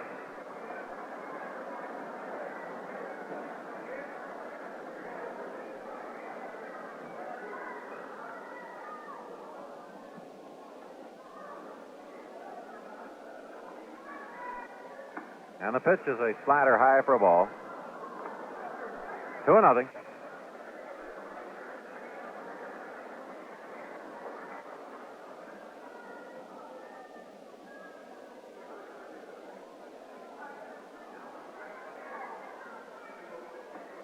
Low a ball, 3-0. Now the shade is bisecting the diamond, running right through the pitcher's box from the first base line to short left field.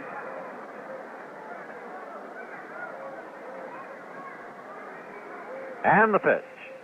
Strike called. 3-1 now. Twins leading 7-2. Have Oliva on second. Nobody out here in the fourth. They have a shift on for Harmon. The stretch by Hedlund. Here's the pitch. Breaking ball is nubbed to the right of the mound, and Oliva's going to get hung up. But throw to third base. Foy running him back. And he's tagged out. Juan Rios tagged him out. So it'll be 1-5-4 on the putout. Killebrew reaching on the fielder's choice. Now Bob Allison, who has hit into a second to first double play and walked.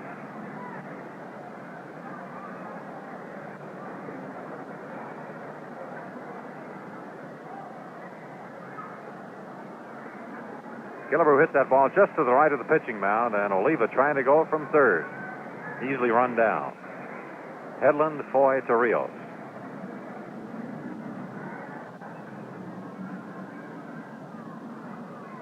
Here's the pitch. Outside, a ball. 1-0.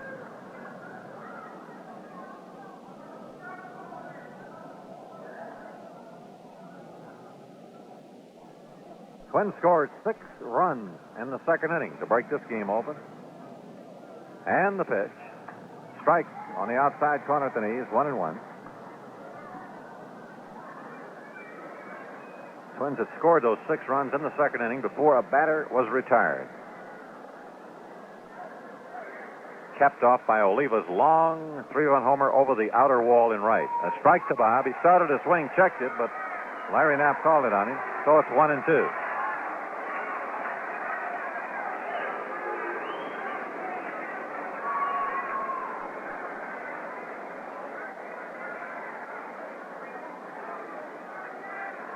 One ball, 2 strikes.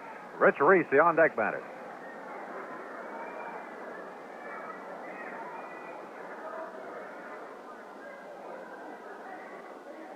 And the pitch. Breaking ball outside and low. 2 balls, 2 strikes.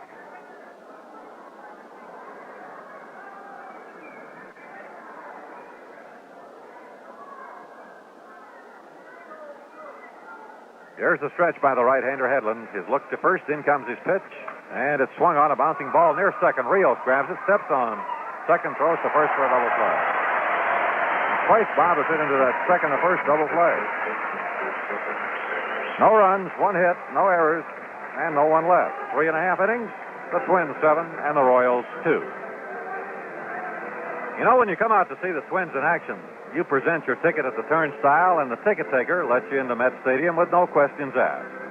And that's about the way a Minnesota Blue Cross identification card gets you into a hospital, no questions asked. And what's more, your Minnesota Blue Cross health care card can get you admitted faster than any health card I know of. I know because our family enjoys the peace of mind that goes with Minnesota Blue Cross protection. So you can take it from me that this is the card that opens hospital doors instantly to anyone carrying it. Not just hospitals around these parts either, hospitals throughout the United States, even the world. Yes, hospitals have learned over Minnesota Blue Cross's 36-year history that the Minnesota Blue Cross card guarantees advance payment for hospital care, which is why hospitals deliver necessary benefits. No questions asked. Just like when you present your ticket at the Met. Yes, sir, when you add up the score, Blue Cross does more.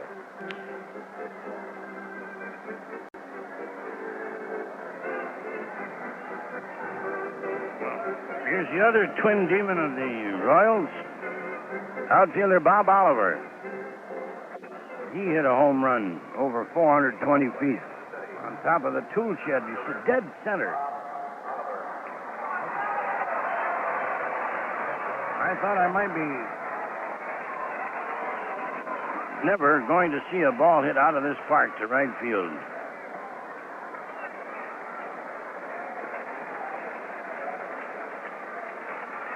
Strike is called to Bob Oliver, leading off the 4th inning for Kansas City. He doubled. First trip, swings and misses. 0-2. Right-handed batter. Oliver will be followed by Martinez and Harrison. Jim Cott into the windup, delivers. Swing and a miss. Ball dropped by Mitterwald, but he tags Oliver for the out. So Cott records his first strikeout.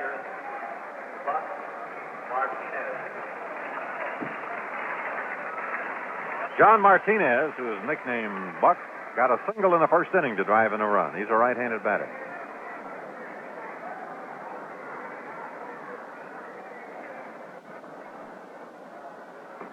Ball 1, too low.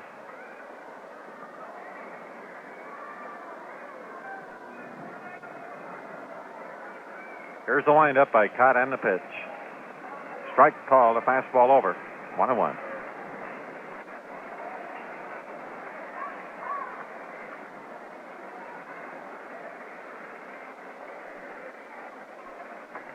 Swing and a miss. 1-2. Kansas City won the first game, 7-2. The 5th game that the Royals have taken from the Twins in this ballpark. Twins still are looking for their first win here. And the pitch. Fastball hit on the ground, and it's into center field. Martinez has another hit. That was that low sinking fastball, and Martinez whacked it up the middle. So he is 2 for 2. The first baseman. Cott had retired 8 batters in a row before the hit, and here's Chuck Harrison, the first baseman, hit into a third to second force out in the first inning. Stocky right-handed batter. First time that he's played in the series. And the pitch. Fastball swung on, a fly ball down the right field line. Near the line, it is drifting foul out of play. 1 strike.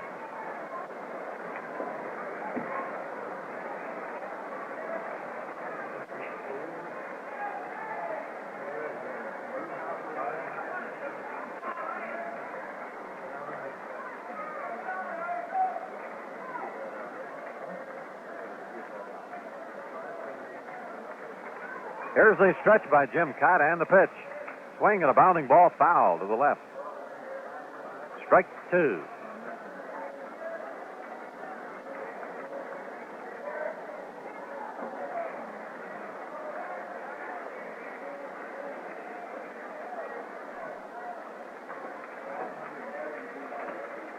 All right, here's the stretch by Jim Cott and the pitch.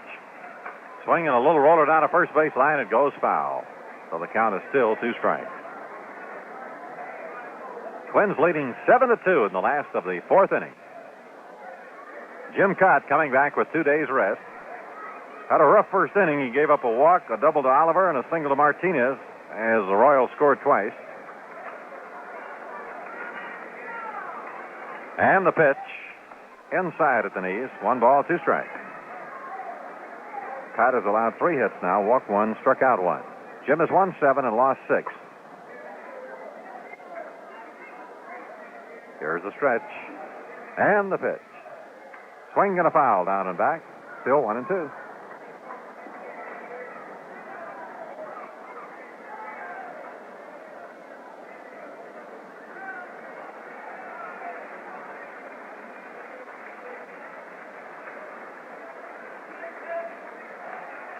Here's the stretch by Cott and the pitch.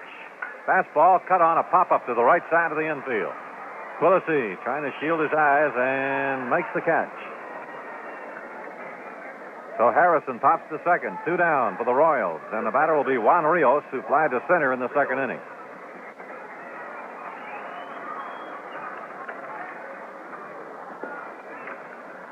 Right-handed batter. The Royals had their eye on this fella in the expansion draft, but Montreal beat them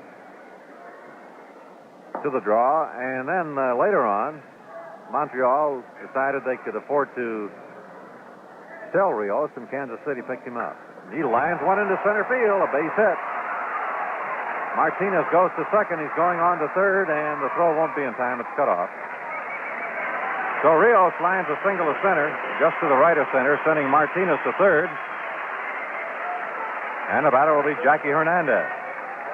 Grounded out short to first in the second inning.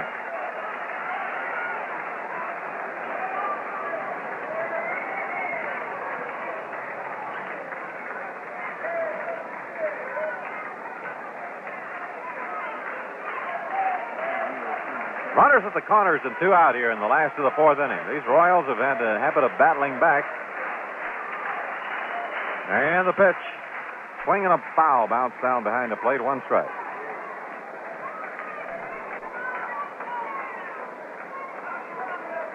Detroit and Baltimore are still tied 3-3 in the 7th inning of their second game. And the Yankees lead Cleveland 6-3 in the 9th of their second game. Indians won the first one. Here's the pitch to Hernandez. Breaking ball outside. 1 ball, 1 strike. Boston batting in the 9th at Washington. Senators leading 11-4, and looks like they're going to sweep the Red Sox today.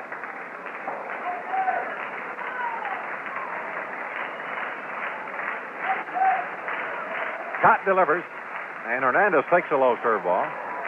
2-1.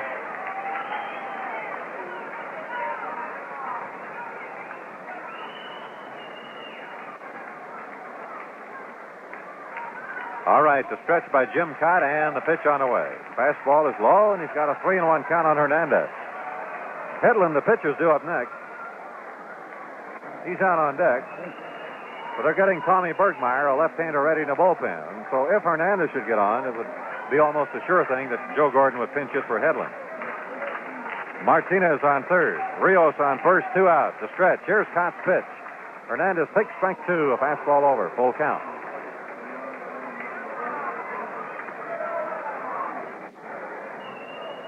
Three on 2. Rios, the runner at first, will go. Cott sets and delivers. Fastball hit on the ground at third. Killebrew up with it. The play is at first base. He is out and the side's retired. No runs, 2 hits, no errors, and 2 left on. And so the score at the end of 4 is Minnesota 7, Kansas City 2.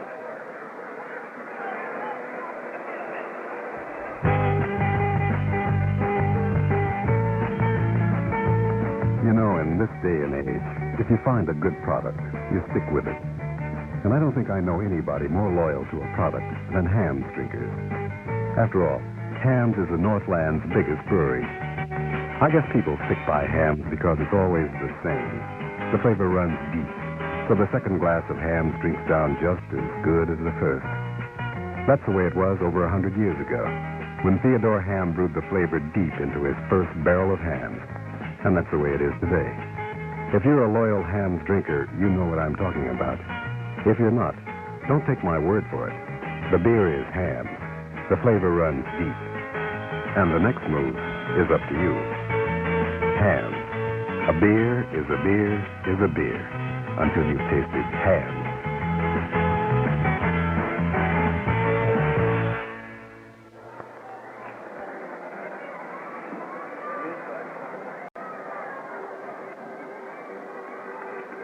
They mentioned that Oliva's home run carried 518 feet. 517? Oh, all right. Nice going, Tiny. I don't want you weighing any food for me. Yeah. And Merle Harmon will tell you an interesting little sidelight about him when Merle comes on. Hauser hit his. The funny thing is, Joe was a Milwaukee boy, but he was playing with Kansas City. And in successive days, he hit one off Denny Gearin, the left-hander, and the next day off Hank Johnson, the right-hander. Both for Milwaukee. I mean, the pitchers were Milwaukee. Rich Reese bounces one to second. Rios grabs it and flips it to Harrison for the out, so Reese is 0 for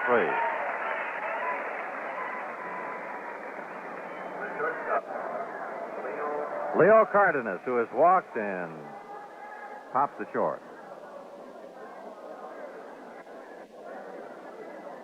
Twins have 7 runs, 6 hits, no errors, and the Royals 2 runs, 4 hits, and no errors.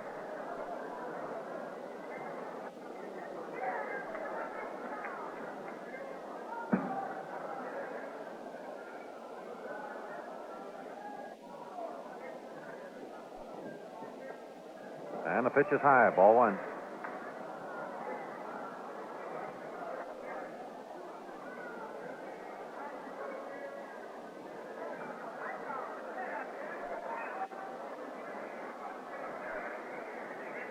The windup by Hedlund, and the right-hander's pitch. Fastball cut on a miss by Leo. 1 ball, 1 strike.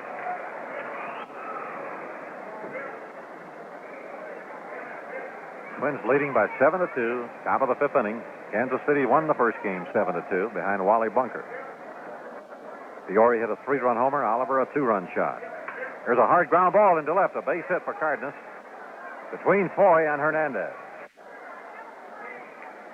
So the Twins get their 7th hit of the ball game, and it'll bring up George Mitterwald, who has 2 bases on balls.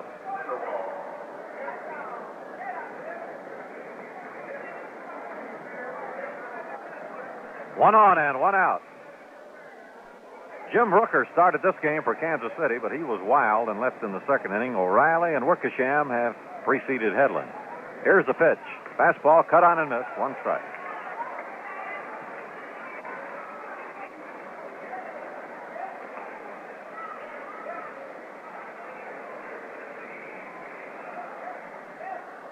Now the set by the right-hander. Harrison holding with Cardenas, and the pitch is cut on a miss. Another high fastball. 0-2.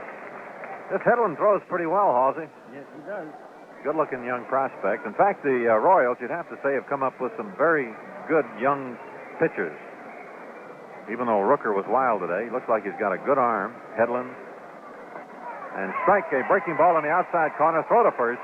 Cardenas just gets back. They almost doubled him up there. Mitterwall called out.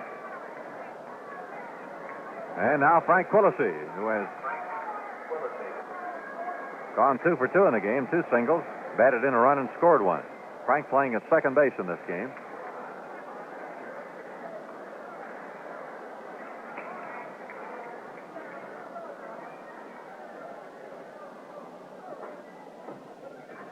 First pitch is a strike call. A fastball in there at the knees.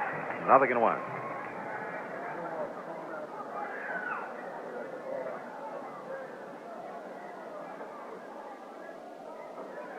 Cardenas on first, 2 out. Twins leading 7-2 in the top of the 5th. Got a 6-run second inning. Here's a stretch. Hedlund delivers. Swing and a foul back upstairs. 0-2. Washington has completed its sweep of the Red Sox. The Senators taking the second game 11-4. After winning the first one 5-4 with 3 runs in the last of the 9th.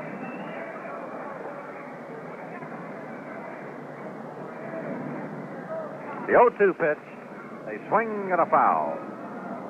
And catcher John Martinez got that foul ball.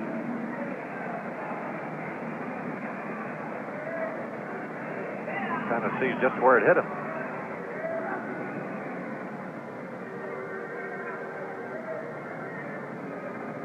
I don't know if it's his finger or his throat. They're taking off his chest protector. Joe Gordon's coming out.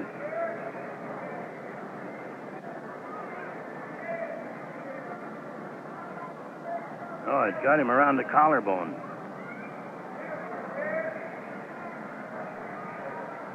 Frank Quillisi stands aside. Joe Gordon and a couple of infielders. He's going to stay in.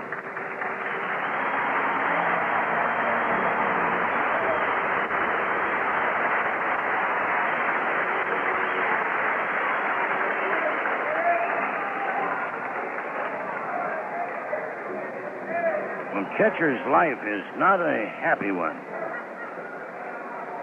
As far as easy going is concerned, physically.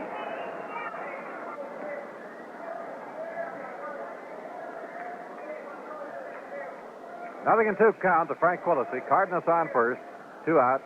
The stretch by Hedlund and the pitch. Swinging and a miss, got him with a high fastball. So the side is out. Second strikeout for Hedlund. No runs, 1 hit. And 1 left. 4.5 innings now. It's the Twins 7, the Royals 2. Thrift is the best way to buy happy time. Well, that's a great comment on Thrift, isn't it? And it was sent in by Perry J. Brown of St. Paul. In exchange for that, Twin City Federal is sending 2 tickets for the ball game, Perry. And with Twin City Federal's passbook convenience, you'll find that being thrifty, that saving money regularly, is a lot easier. And the reason is, of course, that a TCF passbook savings account is flexible. You can put money in any time, take it out when you need it. And with all that passbook convenience, you'll earn the high new interest rate of 5% a year, starting July the 1st at Twin City Federal. So start saving regularly. Keep this thought in front of your mind that thrift is the best way to buy happy time. That's the idea of Terry J. Brown. Save at Safe Sound Twin City Federal, where you get the 100% passbook. Yes, sir, that's the way to build up happiness money for you and for your family.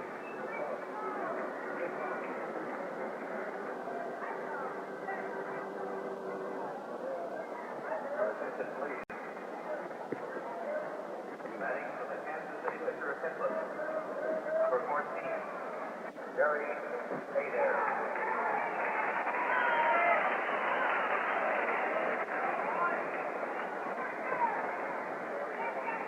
And Jerry Adair coming up to bat for Mike Hedlund. Now right-handers replace Tom Bergmeyer. Cott's first pitch to him, a swinging foul. Tick.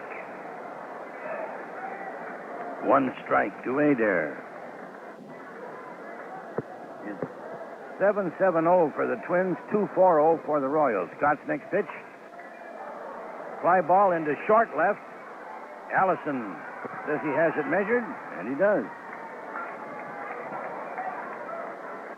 And we welcome Merle Harmon. Merle, I said that you had something interesting. I gave the distance on that home run, but I didn't tell him about the ball.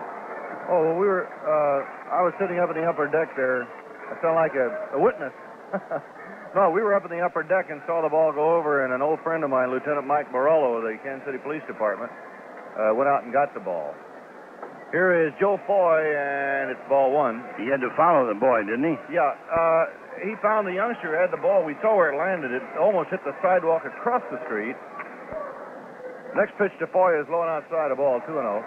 And so Mike had to follow the kid all the way around to the left field side of the ballpark before he could talk him out of the ball. I don't know what all he promised him, but we may not have any equipment left when we get to Chicago.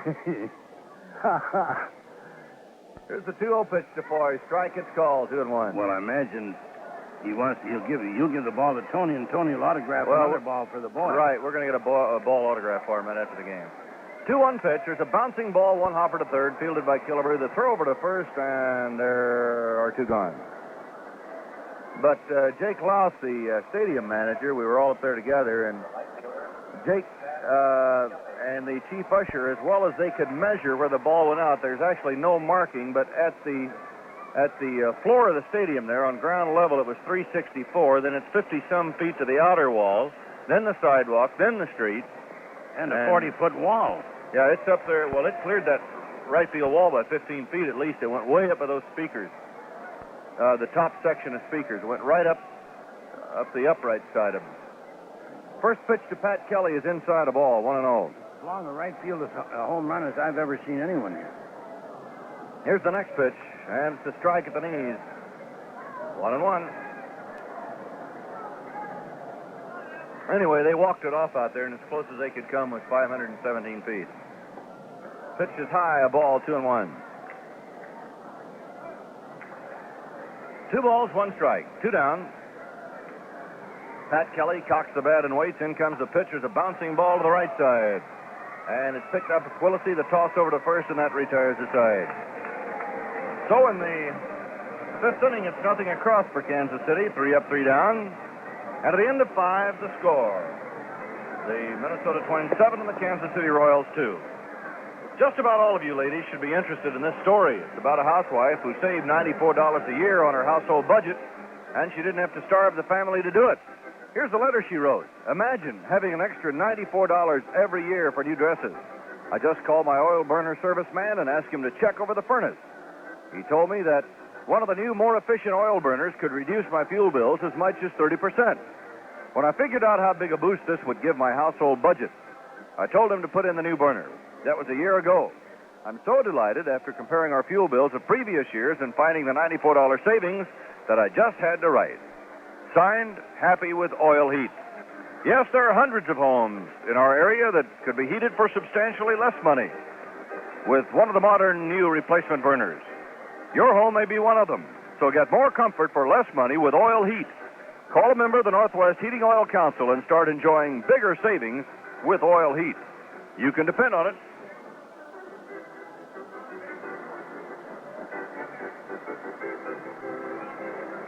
And the play-by-play broadcast of the Minnesota Twins. Good neighbors of the Northwest, Studios Minneapolis, St. Paul. At 8:30, this is WCCO. Here's an old family custom you're sure to enjoy. Drink Cloverleaf milk, the cream of the crop since Gramps was a boy. Drink Cloverleaf milk. Drink Cloverleaf milk. The Weather Bureau has issued a severe thunderstorm watch for portions of southern Minnesota, portions of northern Iowa, and a large portion of Wisconsin. The threat of a few severe thunderstorms with large hail and damaging winds will exist in these areas until 10 p.m. this evening. The greatest threat of severe thunderstorms is in an area along and either side of 70 miles from a line 70 miles southwest of Minneapolis to 30 miles south-southeast of Green Bay, Wisconsin. The severe thunderstorm watch covers that portion of southeastern Minnesota from the Iowa border near Blue Earth to 20 miles south of St. Cloud to the Wisconsin border near Forest Lake. That does include the Twin Cities area. 73 degrees, 5 after 6.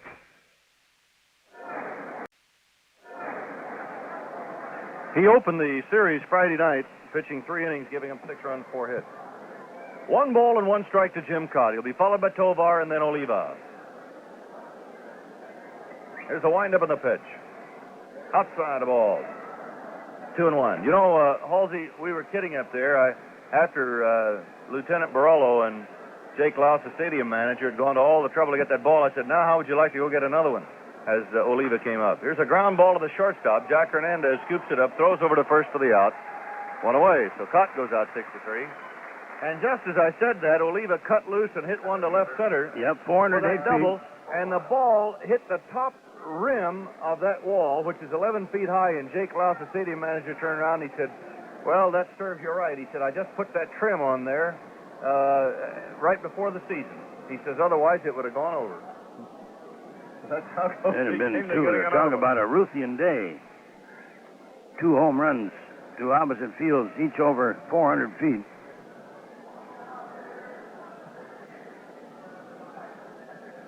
Batter is Cesar Tovar. He has walked and scored, double to knock in a run, and scored, and hit into a double play. In fact, he had 2 RBIs with his double in the second. And he takes a fastball high and inside from Dick Drago. Top of the 6th inning in Kansas City. And the Twins are leading 7-2 after dropping the first game by a score of 7-2. Tovar wants the ball examined. It's checked over by Larry Knapp, says it's okay.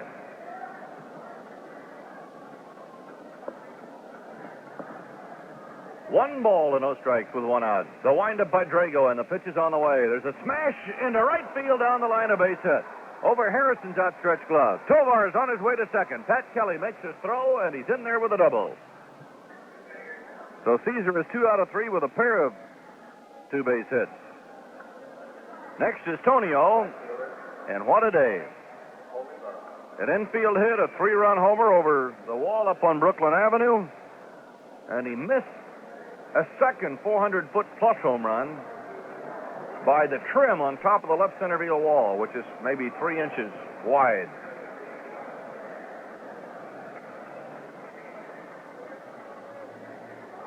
There's a stretch in the pitch by Drago, and it's outside and high for ball 1.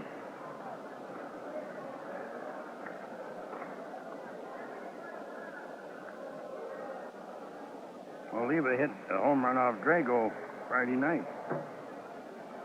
Up in the bleachers in right center, under the scoreboard.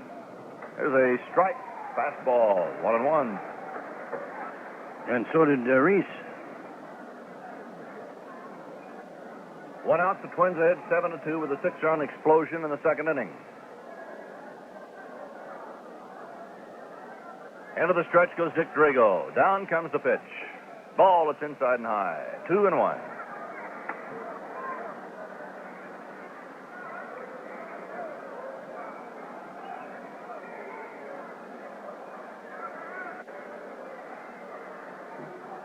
Two balls, 1 strike, 1 out. Tovar at second. And Drago's pitch, a curveball hit high in the air to right field. Pat Kelly going back. There she goes. Up into the bleachers, a home run for Oliva. So Tony Oliva has hit his second home run and just missed a third his last time up with a double to the top of the left center field fence. So 2 more runs are in, and Oliva is now 4 for 4 with a pair of home runs, a double, and a single. He is 7 for 7, too, Merle. 7 consecutive hits today. How about that one? Now the Twins lead 9-2. Oliva finished the first game with 3 singles in the 4th, 6th, and 8th innings.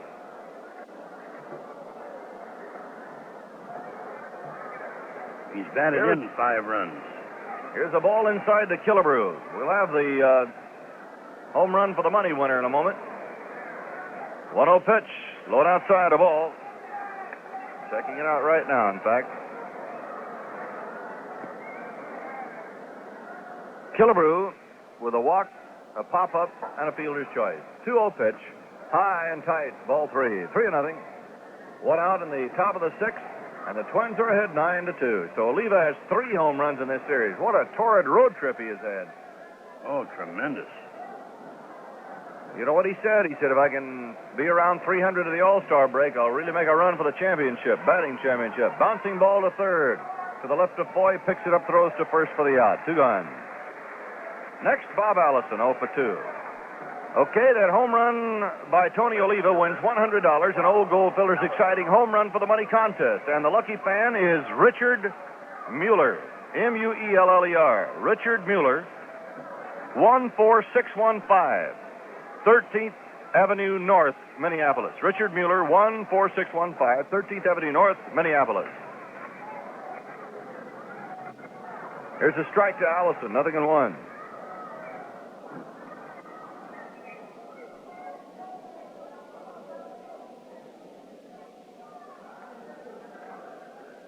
And the next pitch to Bob is fouled upstairs behind us. No balls, 2 strikes. Twins have 9 runs and 9 hits.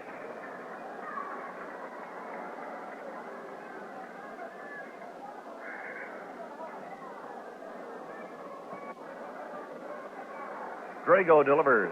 A swing and a miss. He struck him out. So the Twins get 2 runs, 2 hits, no errors, nobody left. And in the middle of the 6th, the score is Minnesota 9, Kansas City 2. I guess you can separate beer drinkers into 2 groups. The people who drink beer once in a while, when they're thirsty maybe, and regular beer drinkers. The guys who drink beer a lot and like more than 1 glass at a sitting. Well, don't be surprised if you see a lot of these regulars drinking Hamm's. You see, Hamm's is more than just a glass of beer. Down under that proud head of foam, the flavor runs deep, just the way Theodore Hamm first brewed it over 100 years ago, long before Hamm's became the Northland's biggest brewery. So, Hamm's really gives you something to sink your taste into. And the second glass drinks just as good as the first, because the flavor runs deep, glass after glass. So if you really like beer, next case you get yourself a case of Hamm's. Hamm's. A beer is a beer is a beer until you've tasted Hamm's.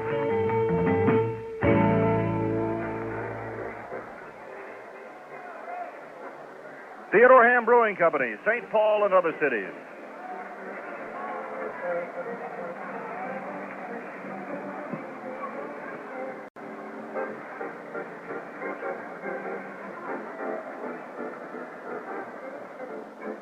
Well, we have a change. Harmon's taking a rest. Killebrew's out.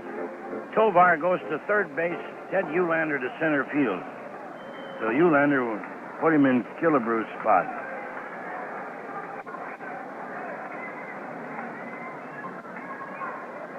Your attention, please. Now playing center field for First batter for Kansas City in the last half of the 6th inning will be Lou Piniella, the left fielder. He'll be followed by Bob Oliver and then Johnny Martinez. Jim Cott to the windup. In comes the pitch. Piniella looks at a ball high. 1-0. Off for Kansas City, the left fielder, Lou Piniella. 1 ball, no strikes. Cott throws. There's a smash on the ground to the left of Cardenas into left center field, a base hit. Eulander running over for the pickup.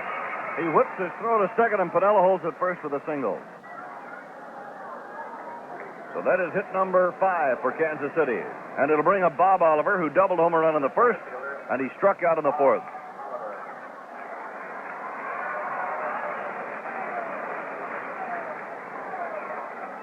The Twins lead the Royals 9-2 after dropping the first game 7-2. It was the Royals' 5th straight win over the Twins here in Kansas City. Cott delivers. Low, ball 1. 1 ball, no strikes.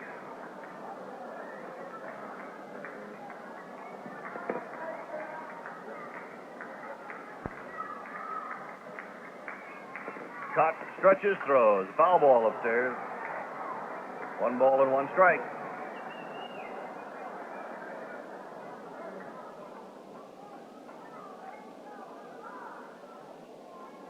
Reese guards the inside of the bag to Piniella. Nobody out. Cott glances over at the runner. Left hand's the next pitch to the plate, and it's a called strike over the inside corner. 1-2 to Bob Oliver.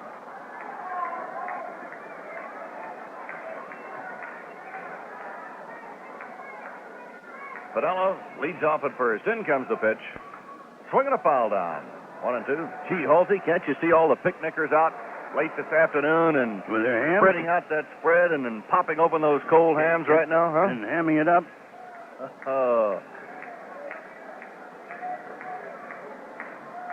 Boy, if you're not one of the lucky ones, don't let it happen to you again. Be ready next weekend with plenty of hams on hand. 1-2 pitch. The ground ball to third, deep behind the bag, fielded by Tovar, throws to second out. Quillisi relays to first, safe. Tovar fielded the ball right at the foul line, threw down to Quillisi, and the relay did not double up Oliver, so he's on by the fielder's choice.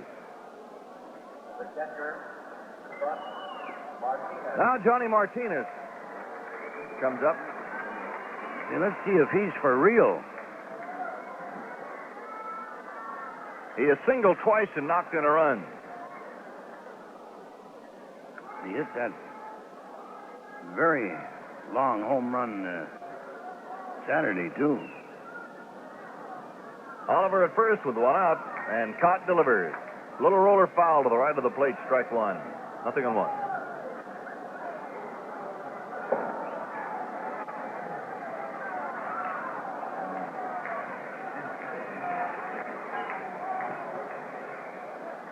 No balls, one strike. Twins ahead 9-2 in the last of the sixth inning. Cott stretches, delivers. Fastball hit high into the air to left center field. Eulander coming hard, and he makes the catch. For the out. The throw coming back to the infield, and Oliver hurries back to first. So they finally get Martinez out, and the batter will be Chuck Harrison, the first baseman. Harrison is 0 for 2 today. Powerfully built right-handed batter, former linebacker at Texas Tech, and boy, does he look like it. Big, broad shoulders.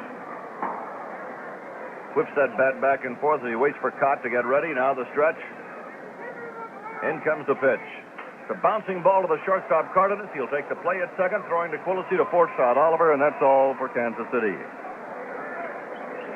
No runs, one hit, no errors, and one left on. So, at the end of 6, the score. The Twins 9 and the Royals 2. Why, of course, Mr. Benny. Twin City Federal is happy to check your passbook against our records. Let's see, you put in 12 cents Monday. That was from the gum machine in the rec room. You added 9 cents on Wednesday. Well, that was from the automatic tissue dispenser in the guest room. On Friday, you added 10 cents to your TCF savings account. Well, that was from the phone in the kitchen. Now, I know it is being used more than that. Mr. Benny, our chairman of the board says the Twin City Federal is happy to pay you a generous return on every penny you save, but not on metal slugs. Well, you can guess who was first in line for the lucky nickel the Twin City Federal is giving away. And you can have one free, too. Just make any transaction at a Twin Cities Federal office. The lucky nickel comes new and shiny direct from the Denver Mint right to you, uncirculated. At Twin City Federal's increased interest rate of 5% per year, this nickel represents the money you earn on every dollar you save. Pick one up where the famous twin clocks flash the time and temperature. First of the 7th. Minnesota 9, Kansas City 2. The Royals took the first one, 7-2. Drago, pitching in relief of Rooker, of O'Reilly, of Wickersham, and of Hedlund. Rich Reese will lead off. Reese has gone hitless in 3 trips.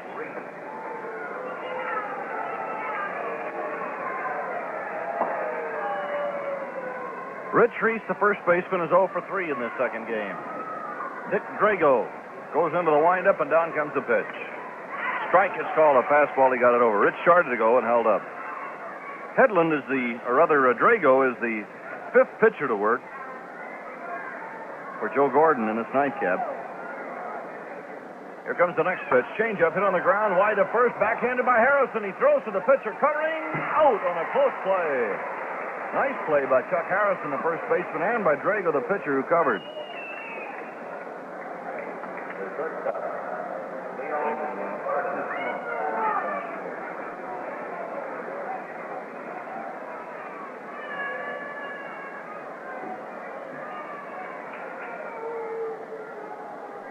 Leo Cardenas is the batter. He has walked and scored, lined out, and singled to left field. the right-handed batter. Dick Drago pumps and throws. Fastball is high and tight, 1-0.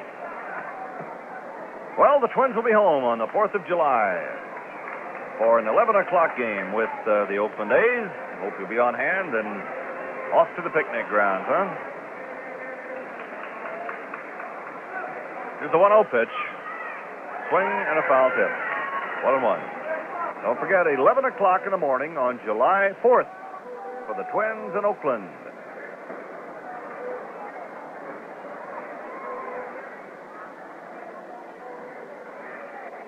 Cardenas looks at a fastball low, 2-1. The Angels beat the Pilots 8-2. Andy Messersmith beat Gelnard. Chicago got off to a fast start at Oakland in the second game, 2-0 at the end of one. Chicago, a swing, a miss, 2-2 now to Cardenas. One out. Twins lead 9-2.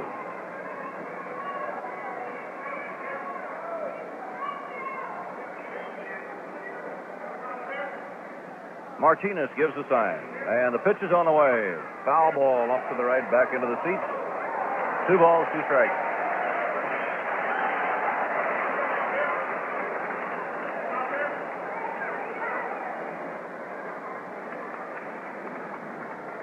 Minnesota with 9 runs, 9 hits. The Royals 2 runs and 5 hits. Royals won the first game 7-2. And the 2-2 offering is in the dirt. 3-2.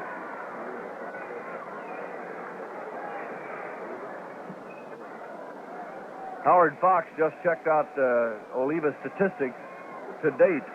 Up to the last time at bat on this road trip, he has hit .455. Wow. And a high, tight fastball gives Cardenas a walk. So he goes on to first with 1 out, and the batter will be George Mitterwald.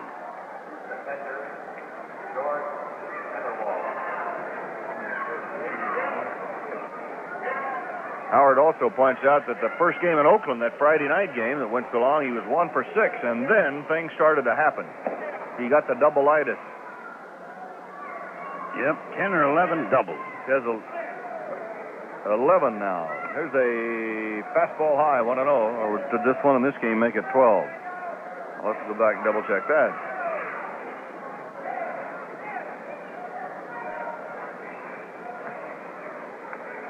Here's a high pop-up off the bat of Mitterwald down the first baseline in foul territory. Getting under it is Chuck Harrison.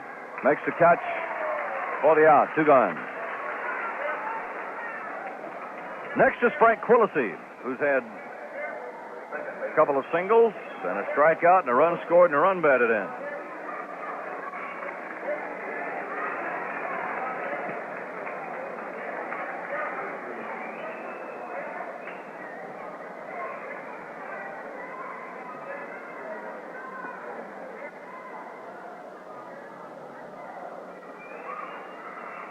Two down, a runner at first. Quillisi swings, belts one into left field. A base hit between third and short. Cardenas is holding at second as Pinella comes up throwing to third.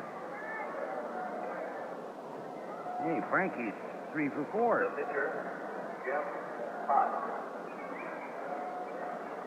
Here's Jim Cott.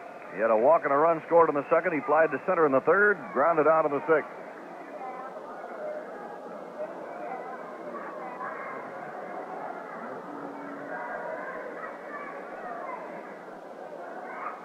Runners lead off at first and second. The pitch.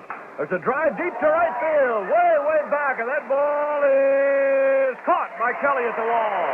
Looked like it was going to go when it left the bat, and Kelly, right at the base of the wall, made a one-hand catch to retire the side. So it's no runs, 1 hit, no errors, and 2 left on. In the top of the 7th, at the end of the top of the 7th, the score: the Twins 9 and the Royals 2. Say, do you know that the Twins hit 105 homers last year? And do you know that now, every time a Twin hits a home run, it's worth $100 to some lucky fan? You can win in the exciting home run for the money game. Nothing to buy, and it's easy to enter. Get full details where they sell Old Gold Filter 100. This is the 100-millimeter cigarette. It's called the Better 100. How come? Easy. Only Old Gold Filter 100s give you all 3 important extras. Extra good flavor, extra long length, and the extra value of gift star coupons good for free gifts. Now, that extra good flavor isn't just talk. Old Gold Filter 100s are a delicious mixture of rich tobacco flavors that never came through a filter before. And after all, why smoke them if you can't taste them? If you're a smoker, give Old Gold Filter 100s a try, will you? The first and only 100-millimeter cigarette with all three important extras. Extra good flavor, extra long length, and the extra value of gift star coupons. And that's why we call them the Better 100.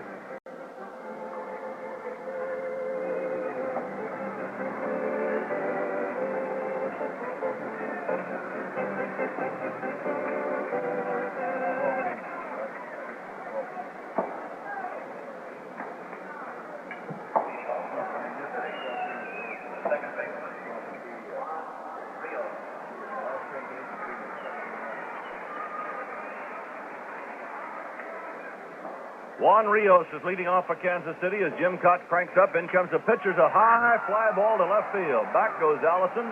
He's got a lot of room, though, and he takes it for the out, one away. That'll bring up Jack Hernandez, who was 0 for 2 in this one. Jack Hernandez.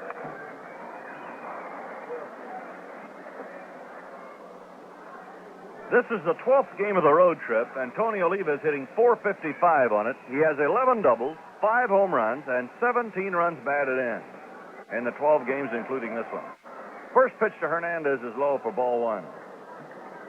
Twins lead 9-2 in the last half of the seventh. Tovar up close at third. Cott cranks up. In comes the pitch. Bouncing ball, little roller down to third. Tough play for Tovar. He makes a pickup and then can't throw the ball. He was only about 10 feet from the plate when he finally stopped. It's going to be a base hit for Hernandez.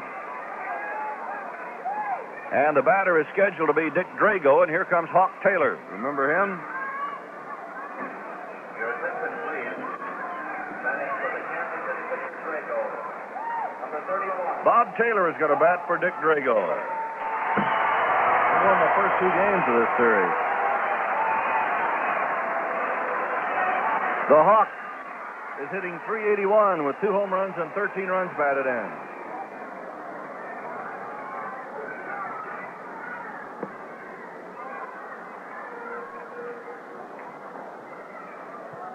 Caught off the stretch, looks at first, in comes the pitch, and Taylor lines one to left, but it hooks foul. Back into the seats behind the Twins bullpen. Strike one. He's got power, hasn't he? He has power.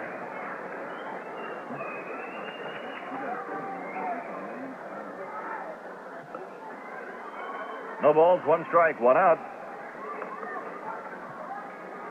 Cott checking the runner, delivers, and a big curve comes inside. 1 ball and 1 strike. Throw to first from Mitterwald. The runner is back.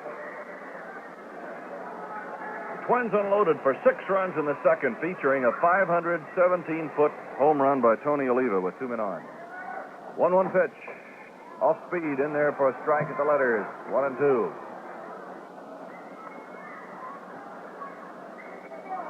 One ball, 2 strikes, 1 out. Reese guards the inside of the bag to Hernandez. Cott going to the belt, and the pitch on the way. Taylor pops one out behind second. Going out is Quillisi, and he makes a one-hand catch. Third baseman. Joe Foy, 0 for 3 in this game, has had a red-hot bat for the Royals against the Twins in this series. But Cott has kept the door closed, and Foy has grounded out all 3 times.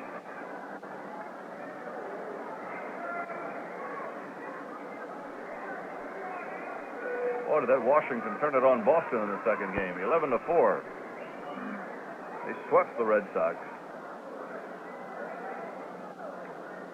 Cott throws, and Foy pops one down the first baseline. Headed for the stands, chased by Rich Reese. He's not going to be able to make the play. It falls back into the seats. No balls, 1 strike to Joe Foy.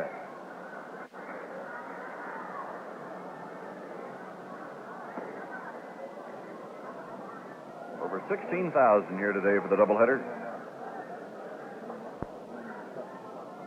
Kansas City has a lot of idle workers right now. Tens of thousands, really. And it's starting to tell, according to executives of the ball club, in the attendance here. Here's the 0-1 pitch. Strike call over the outside corner. 0-2. The construction workers have been idle for over 2 months, and I believe the steel workers go out next week, Tuesday. Here's a ball outside. 1 ball and 2 strikes.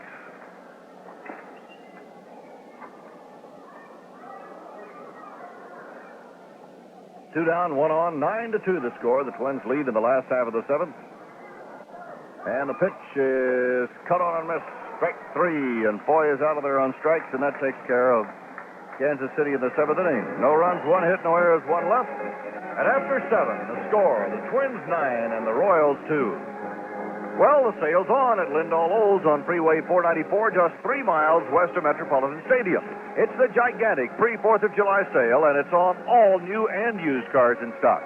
And you know, Lindahl's inventory is so huge that over 600 cars are sale priced right now.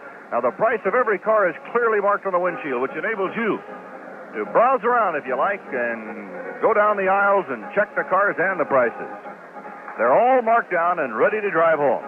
Now, here's one of my favorites, a 1968 Olds, Hurst Olds, 2-door hardtop. It's one of the limited production models, you know. It's fully equipped with a special Hurst turbo hydromatic transmission, bucket seats, air conditioning, and full power, plus many more extras. The balance of the 5-year, 50,000-mile warranty is still available. Now, let me give you a little bit of advice. Stop in tomorrow morning and see this one. It's a dandy, and boy, they don't last long. $39.95 on the price on this one, a 68 Hurst Olds 2-door hardtop. See it tomorrow at Lindahl Olds on the freeway, where the action is.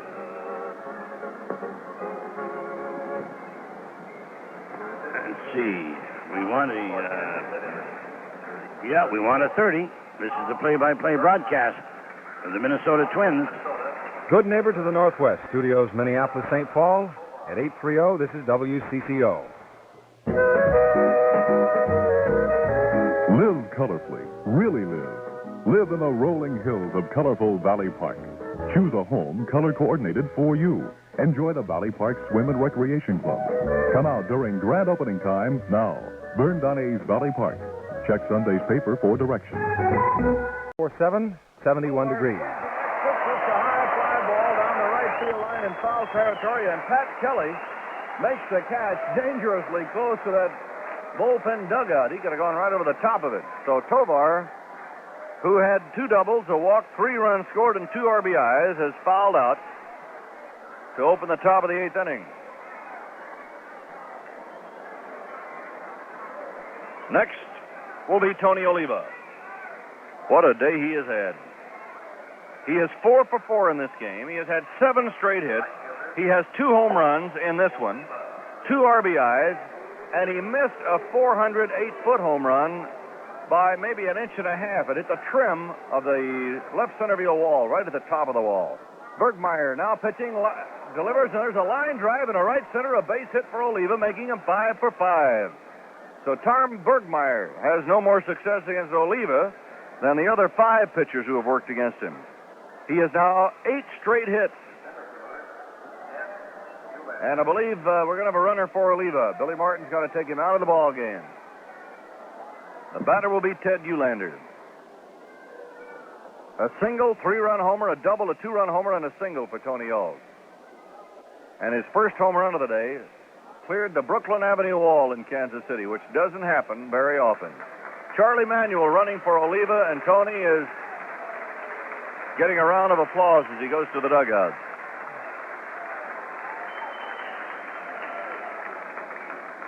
Your attention, please.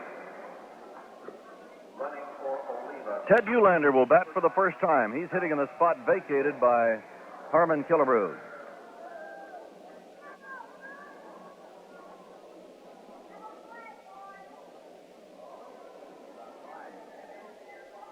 There's a stretch in the pitch. Swinging a foul back. You know, Tony has 5 at-bats, 5 hits, and 5 RBI. Isn't that something?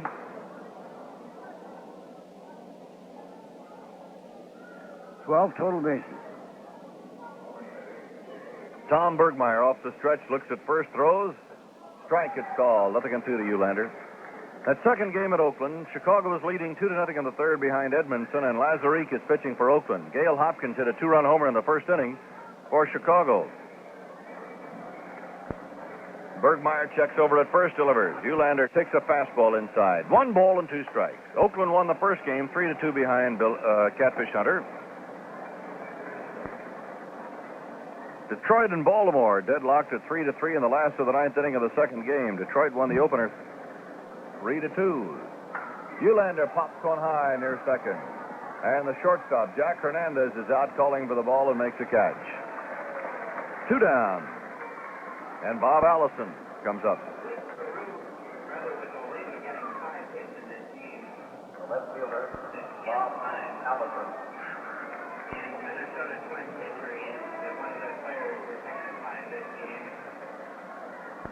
Bob Allison 0 for 3 with a walk.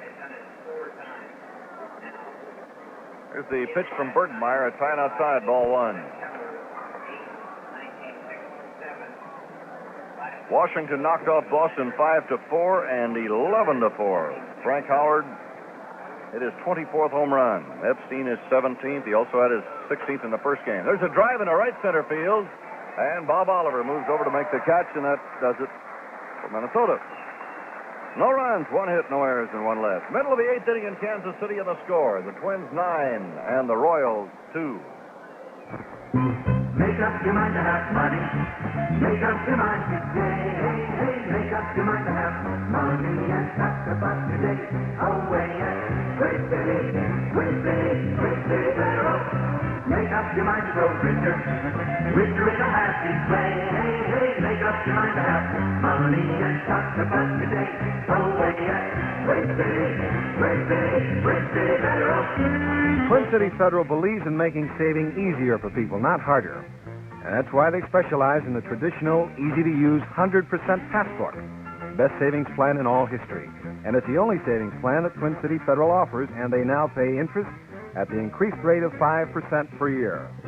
Make up your mind to go after all the things you want to say. Hey, hey, make up your mind to have money and talk about today. Away at Great City, Great City, Great City, Federal.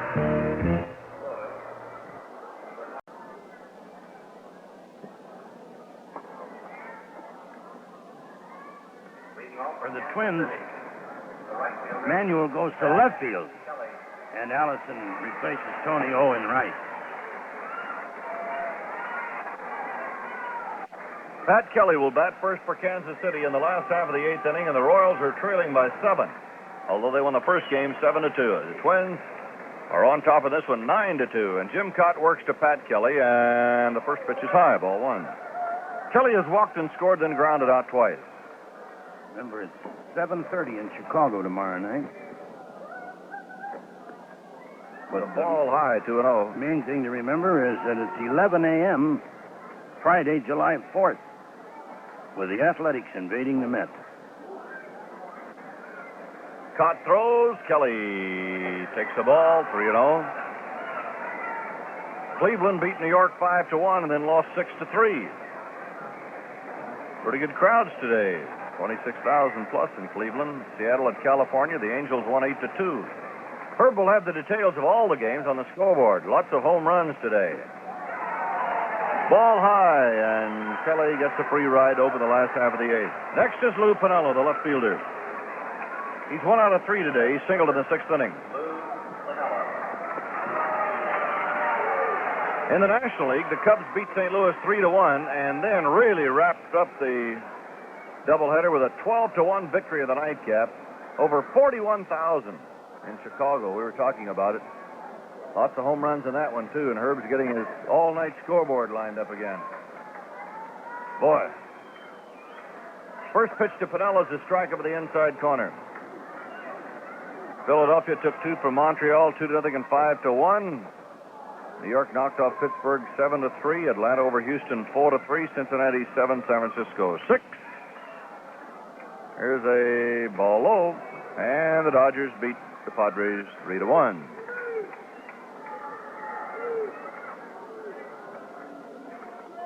One ball and 1 strike. Kelly moves off at first. Cott looks over there. In comes the pitch. There's a bouncing ball to the shortstop, Cardenas. He has it. Goes to Quillisi out there. Back to first. Double play. So Kelly is wiped out of the Twin, killing 6-4-3, and with 2 down in the 8th and nobody on, the batter will be Bob Oliver. Oliver has doubled and scored, has an RBI, a strikeout, and he has been on by fielder's choice. Quillisi has had 9 chances at second, 6 and 3, and Cardenas has had 6 assists. First pitch to Bob Oliver is high for ball 1.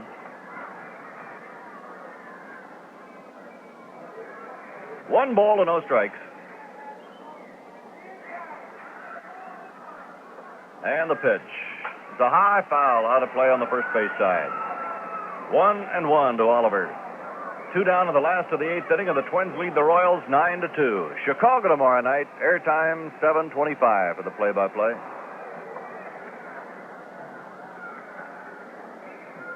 And a fastball is high. 2-1 to Oliver.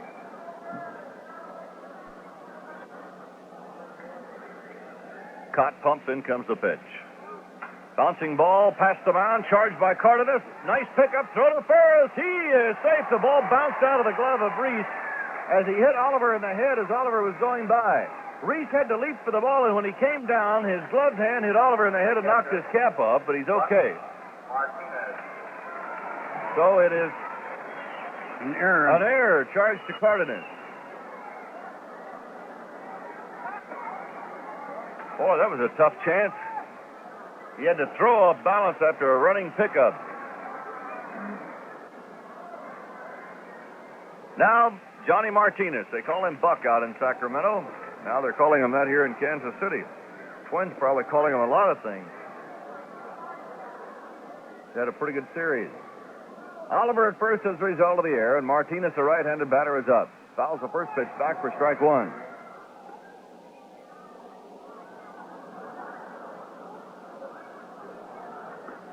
Martinez has 2 singles, has flied out, has a run batted in. No balls, 1 strike.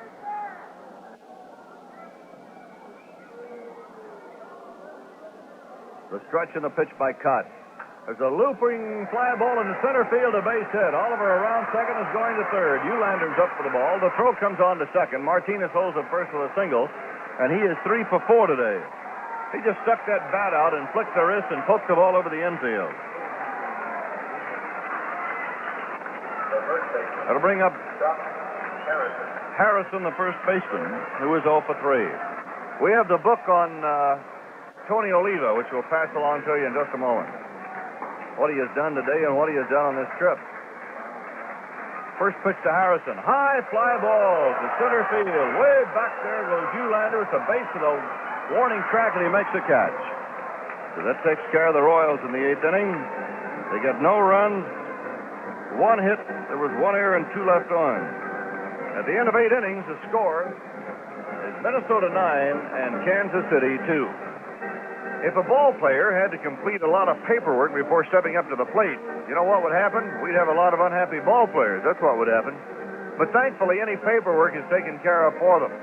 And you know, Minnesota Blue Cross gives you instant relief from paperwork headaches, too. How? Whenever any member of your family has to go to the hospital, just show your Minnesota Blue Cross card. No other health card frees you from filling out forms because no other health plan does all the paperwork for you. Only Minnesota Blue Cross maintains a staff of professional paperwork experts to free you from the cost and confusion of handling hospital claims. And that's why only Minnesota Blue Cross can personally guarantee you every dime's worth of coverage you have coming. In fact, last year, Minnesota Blue Cross returned 91 cents of each member's dollar in the form of benefits. So find instant relief from paperwork headaches with a Minnesota Blue Cross card. Remember, when you add up the score, Blue Cross does more. What's Oliva actually hitting now? 320. Well, thanks, Howie. Tony,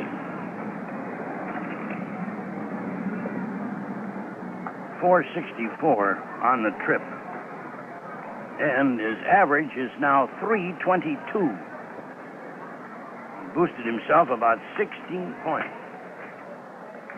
today. He's 8 for 9 today.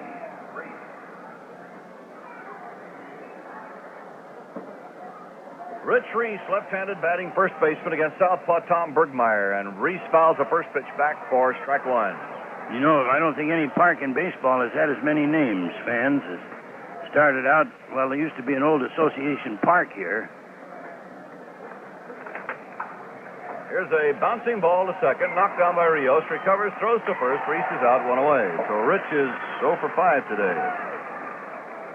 And George Muehlbach, who built the hotel of his name, built the ballpark, and for years and years and years with the Blues, it was Muehlbach Field. Then the Yankees took command of the club, and they changed the name to Rupert Stadium. Jake Rupert, of course, the owner of the Yankees. Well, that didn't last. Anyway, now it's municipal. Yes, and Blues Stadium, that's right. Here's the first pitch to Cardenas. It's taken low for ball one. 1-0. I always think if a man builds a ballpark and it's named after him, that name should stay at least for his life. Bergmeyer's next pitch is low and outside. 2-0 to Cardenas. Sick Stadium, you know, is Emil Sick, but he left it to his family, so it's now Sick Stadium, S apostrophe. And the next pitch, cut on and missed. 2 balls, 1 strike.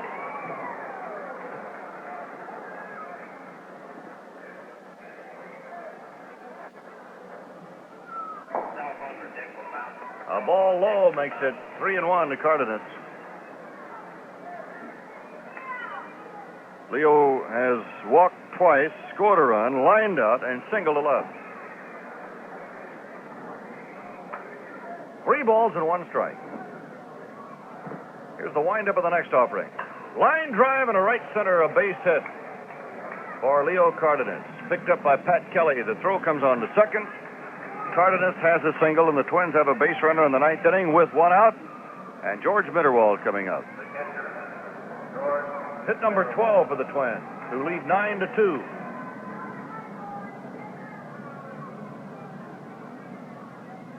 Batter is Mitterwald.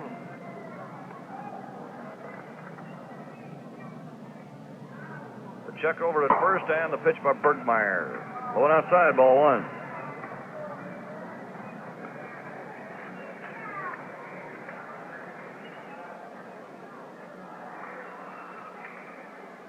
One ball and no strikes, 1 on and 1 out.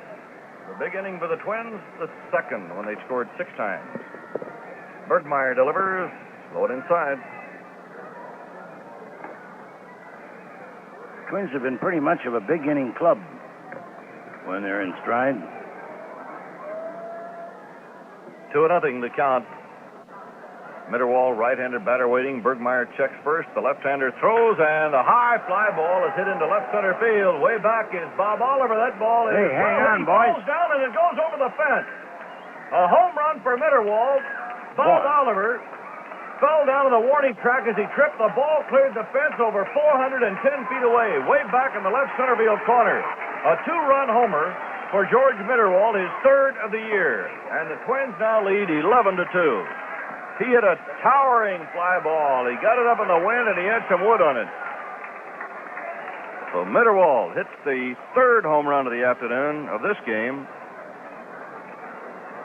And we'll have another winner for you here in the home run for the money contest in a moment. Well, I wish we'd drop a note to Mr. Mitterwald thanking him for making this a laugher. Should we do that, Foxy?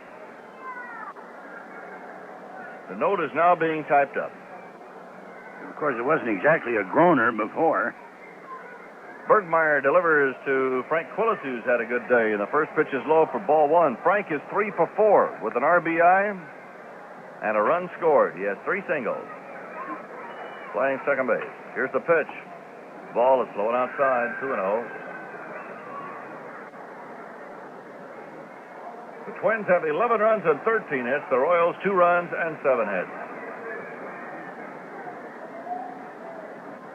Bergmeyer's pitch is outside and low. Ball 3 and no strikes. Royals won the first game 7-2, and the Twins finally put everything together here in Kansas City. after 5 games of frustration and lead 11-2. There's a ball low, and Quillisi is on. So he's been on 4 of the 5 times that he has come up, and the next batter will be Jim Cott. The pitcher, Jim Cott.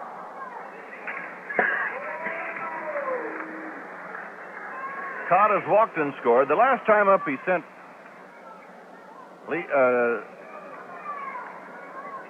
Pat Kelly. I started to say Leroy Kelly, Pat's brother.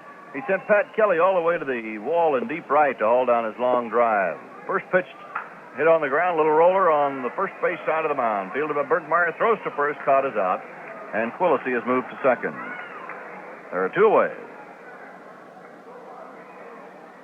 Cesar Tovar has walked, doubled to knock in 2 runs, hit into a double play, doubled and scored, and flied to right. So he's been around those bases a few times today. Okay, the winner in the home run for the money contest. And Old Gold Filters homer for the money contest, James F. Barry, 2949 Medford Street, Tanners Lake, Minnesota. For the home run hit by Mitterwald, James F. Barry, 2949 Medford Street, Tanners Lake, Minnesota. There's a strike at the knees, 0-1.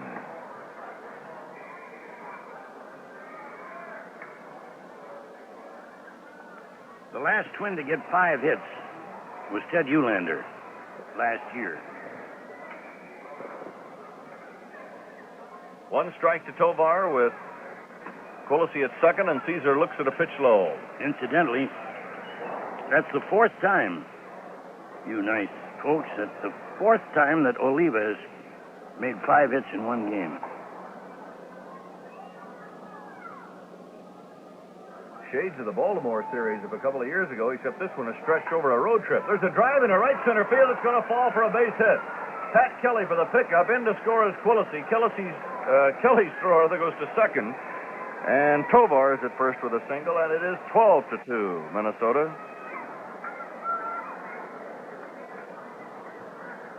So it's 3 runs into the 9th.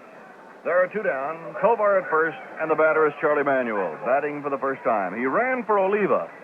Boys, he got some shoes to fill in that number 2 hole there, in Oliva's spot. 8 straight hits Oliva has, and now Charlie will try to hold up his end of it. Bergmeyer delivers. There's a high fly ball in the center field, straight away. Bob Oliver is camped under it and makes the catch for the out. That retires the side. 3 runs. 3 hits, no errors, and 1 left. In the middle of the 9th inning, it's Minnesota 12, Kansas City 2.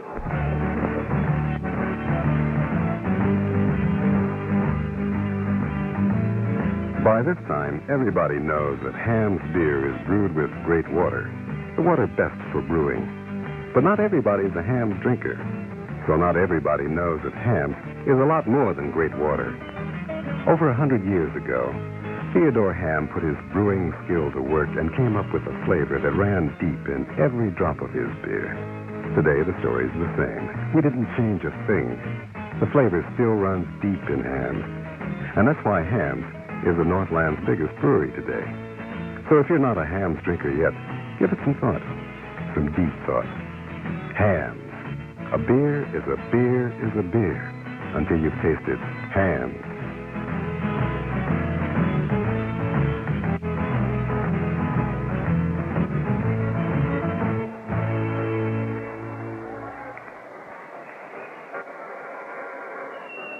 Theodore Ham Brewing Company, St. Paul, and other cities. How about enjoying a Ham's right now? Juan Rios leads off in the last of the 9th. Cott delivers a broken back line drive. Goes right straight to Cardenas at short. 1 out.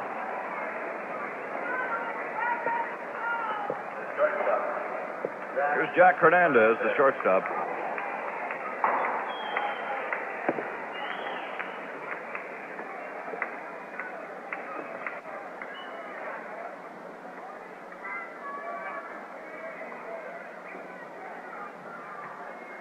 Cott swings into the windup. Down comes the pitch. Foul ball off the end of the bat into the first base dugout for strike 1.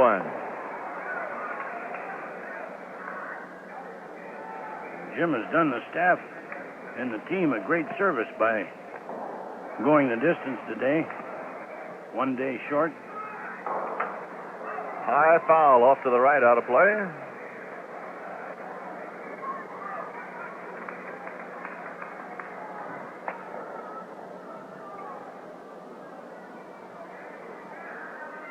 Scott delivers. There's a bouncer to short. Cardenas up with it, throws to first, and Hernandez is out. 2 gone. Ellie Rodriguez will bat for the pitcher, Tom Bergmeyer. Your attention, please. Batting for the Kansas City pitcher. So there are 2 down in the last of the 9th inning, and Rodriguez is up.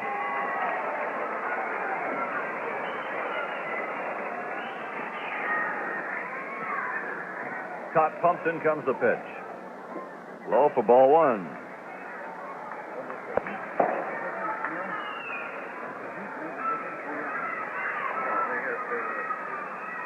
One-0 pitch, foul out of play upstairs. 1 ball and 1 strike.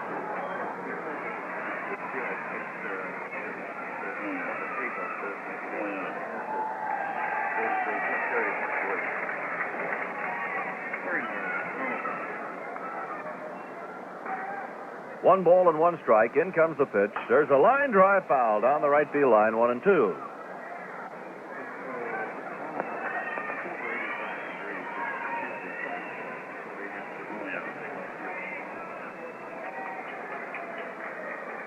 One ball and 2 strikes. Cott winds, in comes the pitch. Foul ball at the plate, 1 and 2.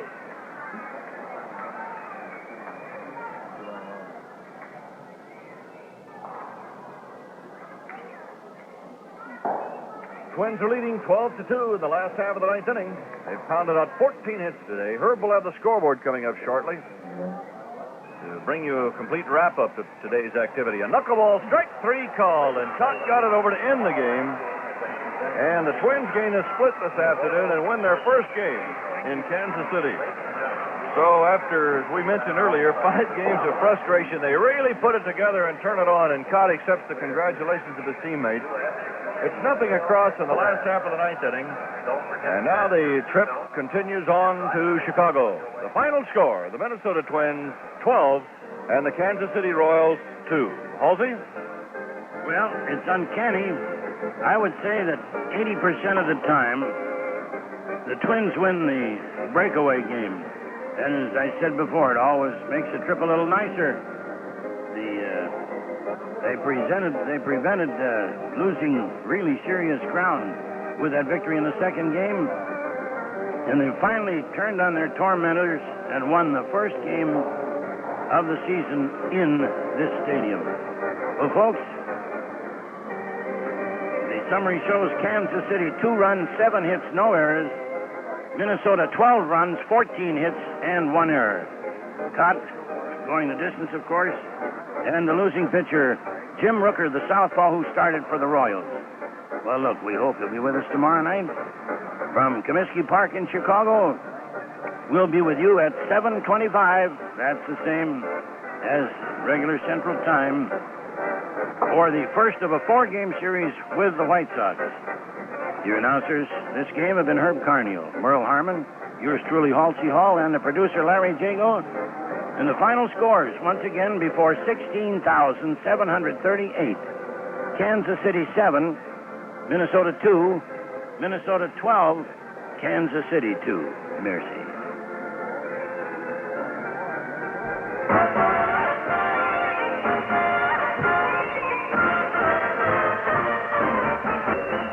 This game was brought to you by Safe Sound Twin City Federal, largest savings institution in our wonderful part of the country. By Hams, the beer born in the land of sky blue waters over 100 years ago. A beer is a beer is a beer is a beer is a beer until you've tasted Hams. By your local heating oil distributor, a member of the Northwest Heating Oil Council, the man who keeps your home comfortably warm with safe, dependable oil heat. By hospital-sponsored Minnesota Blue Cross and its companion plan, Minnesota Indemnity Incorporated, providing complete, modern hospital and medical care to approximately 1 million Minnesotans. And by Lindahl Oldsmobile on Freeway 494, 3 miles west of the ballpark, where the action is. Herb Carneal's scoreboard coming up next. Friends, you know the trouble with hard water. Well, one trouble with hard water is what it does to your clothes. What does it do to my clothes? Well, this is pretty technical, but hard water combines with soap and detergents to make hard water scum. This scum won't rinse away thoroughly, and it makes clothes feel rough and brittle. Like peanut brittle? No, like I said, this is technical and scientific. Now, a Culligan water softener changes hard water to Culligan soft water, which rinses thoroughly, leaving clothes clean and soft. Soft as a cloud? Also, you use a lot less soap or detergent with Culligan soft water. Soft as a bunny rabbit? So your washing machine doesn't clog up. Well, how soft is it? Oh, it's very, very soft. Look, you can get the facts from your Culligan man. Oh, why don't you call your Culligan man? All right. Hey, Culligan man. He can explain it scientifically. Is it soft as a pussycat? Everything's brighter in a Culligan soft water home. Complexions are clearer, linens are whiter, dishes, glassware, and porcelain fixtures have a special gleam all their own. Call your Culligan man today. Studios, Minneapolis, St. Paul, 830-WCCO.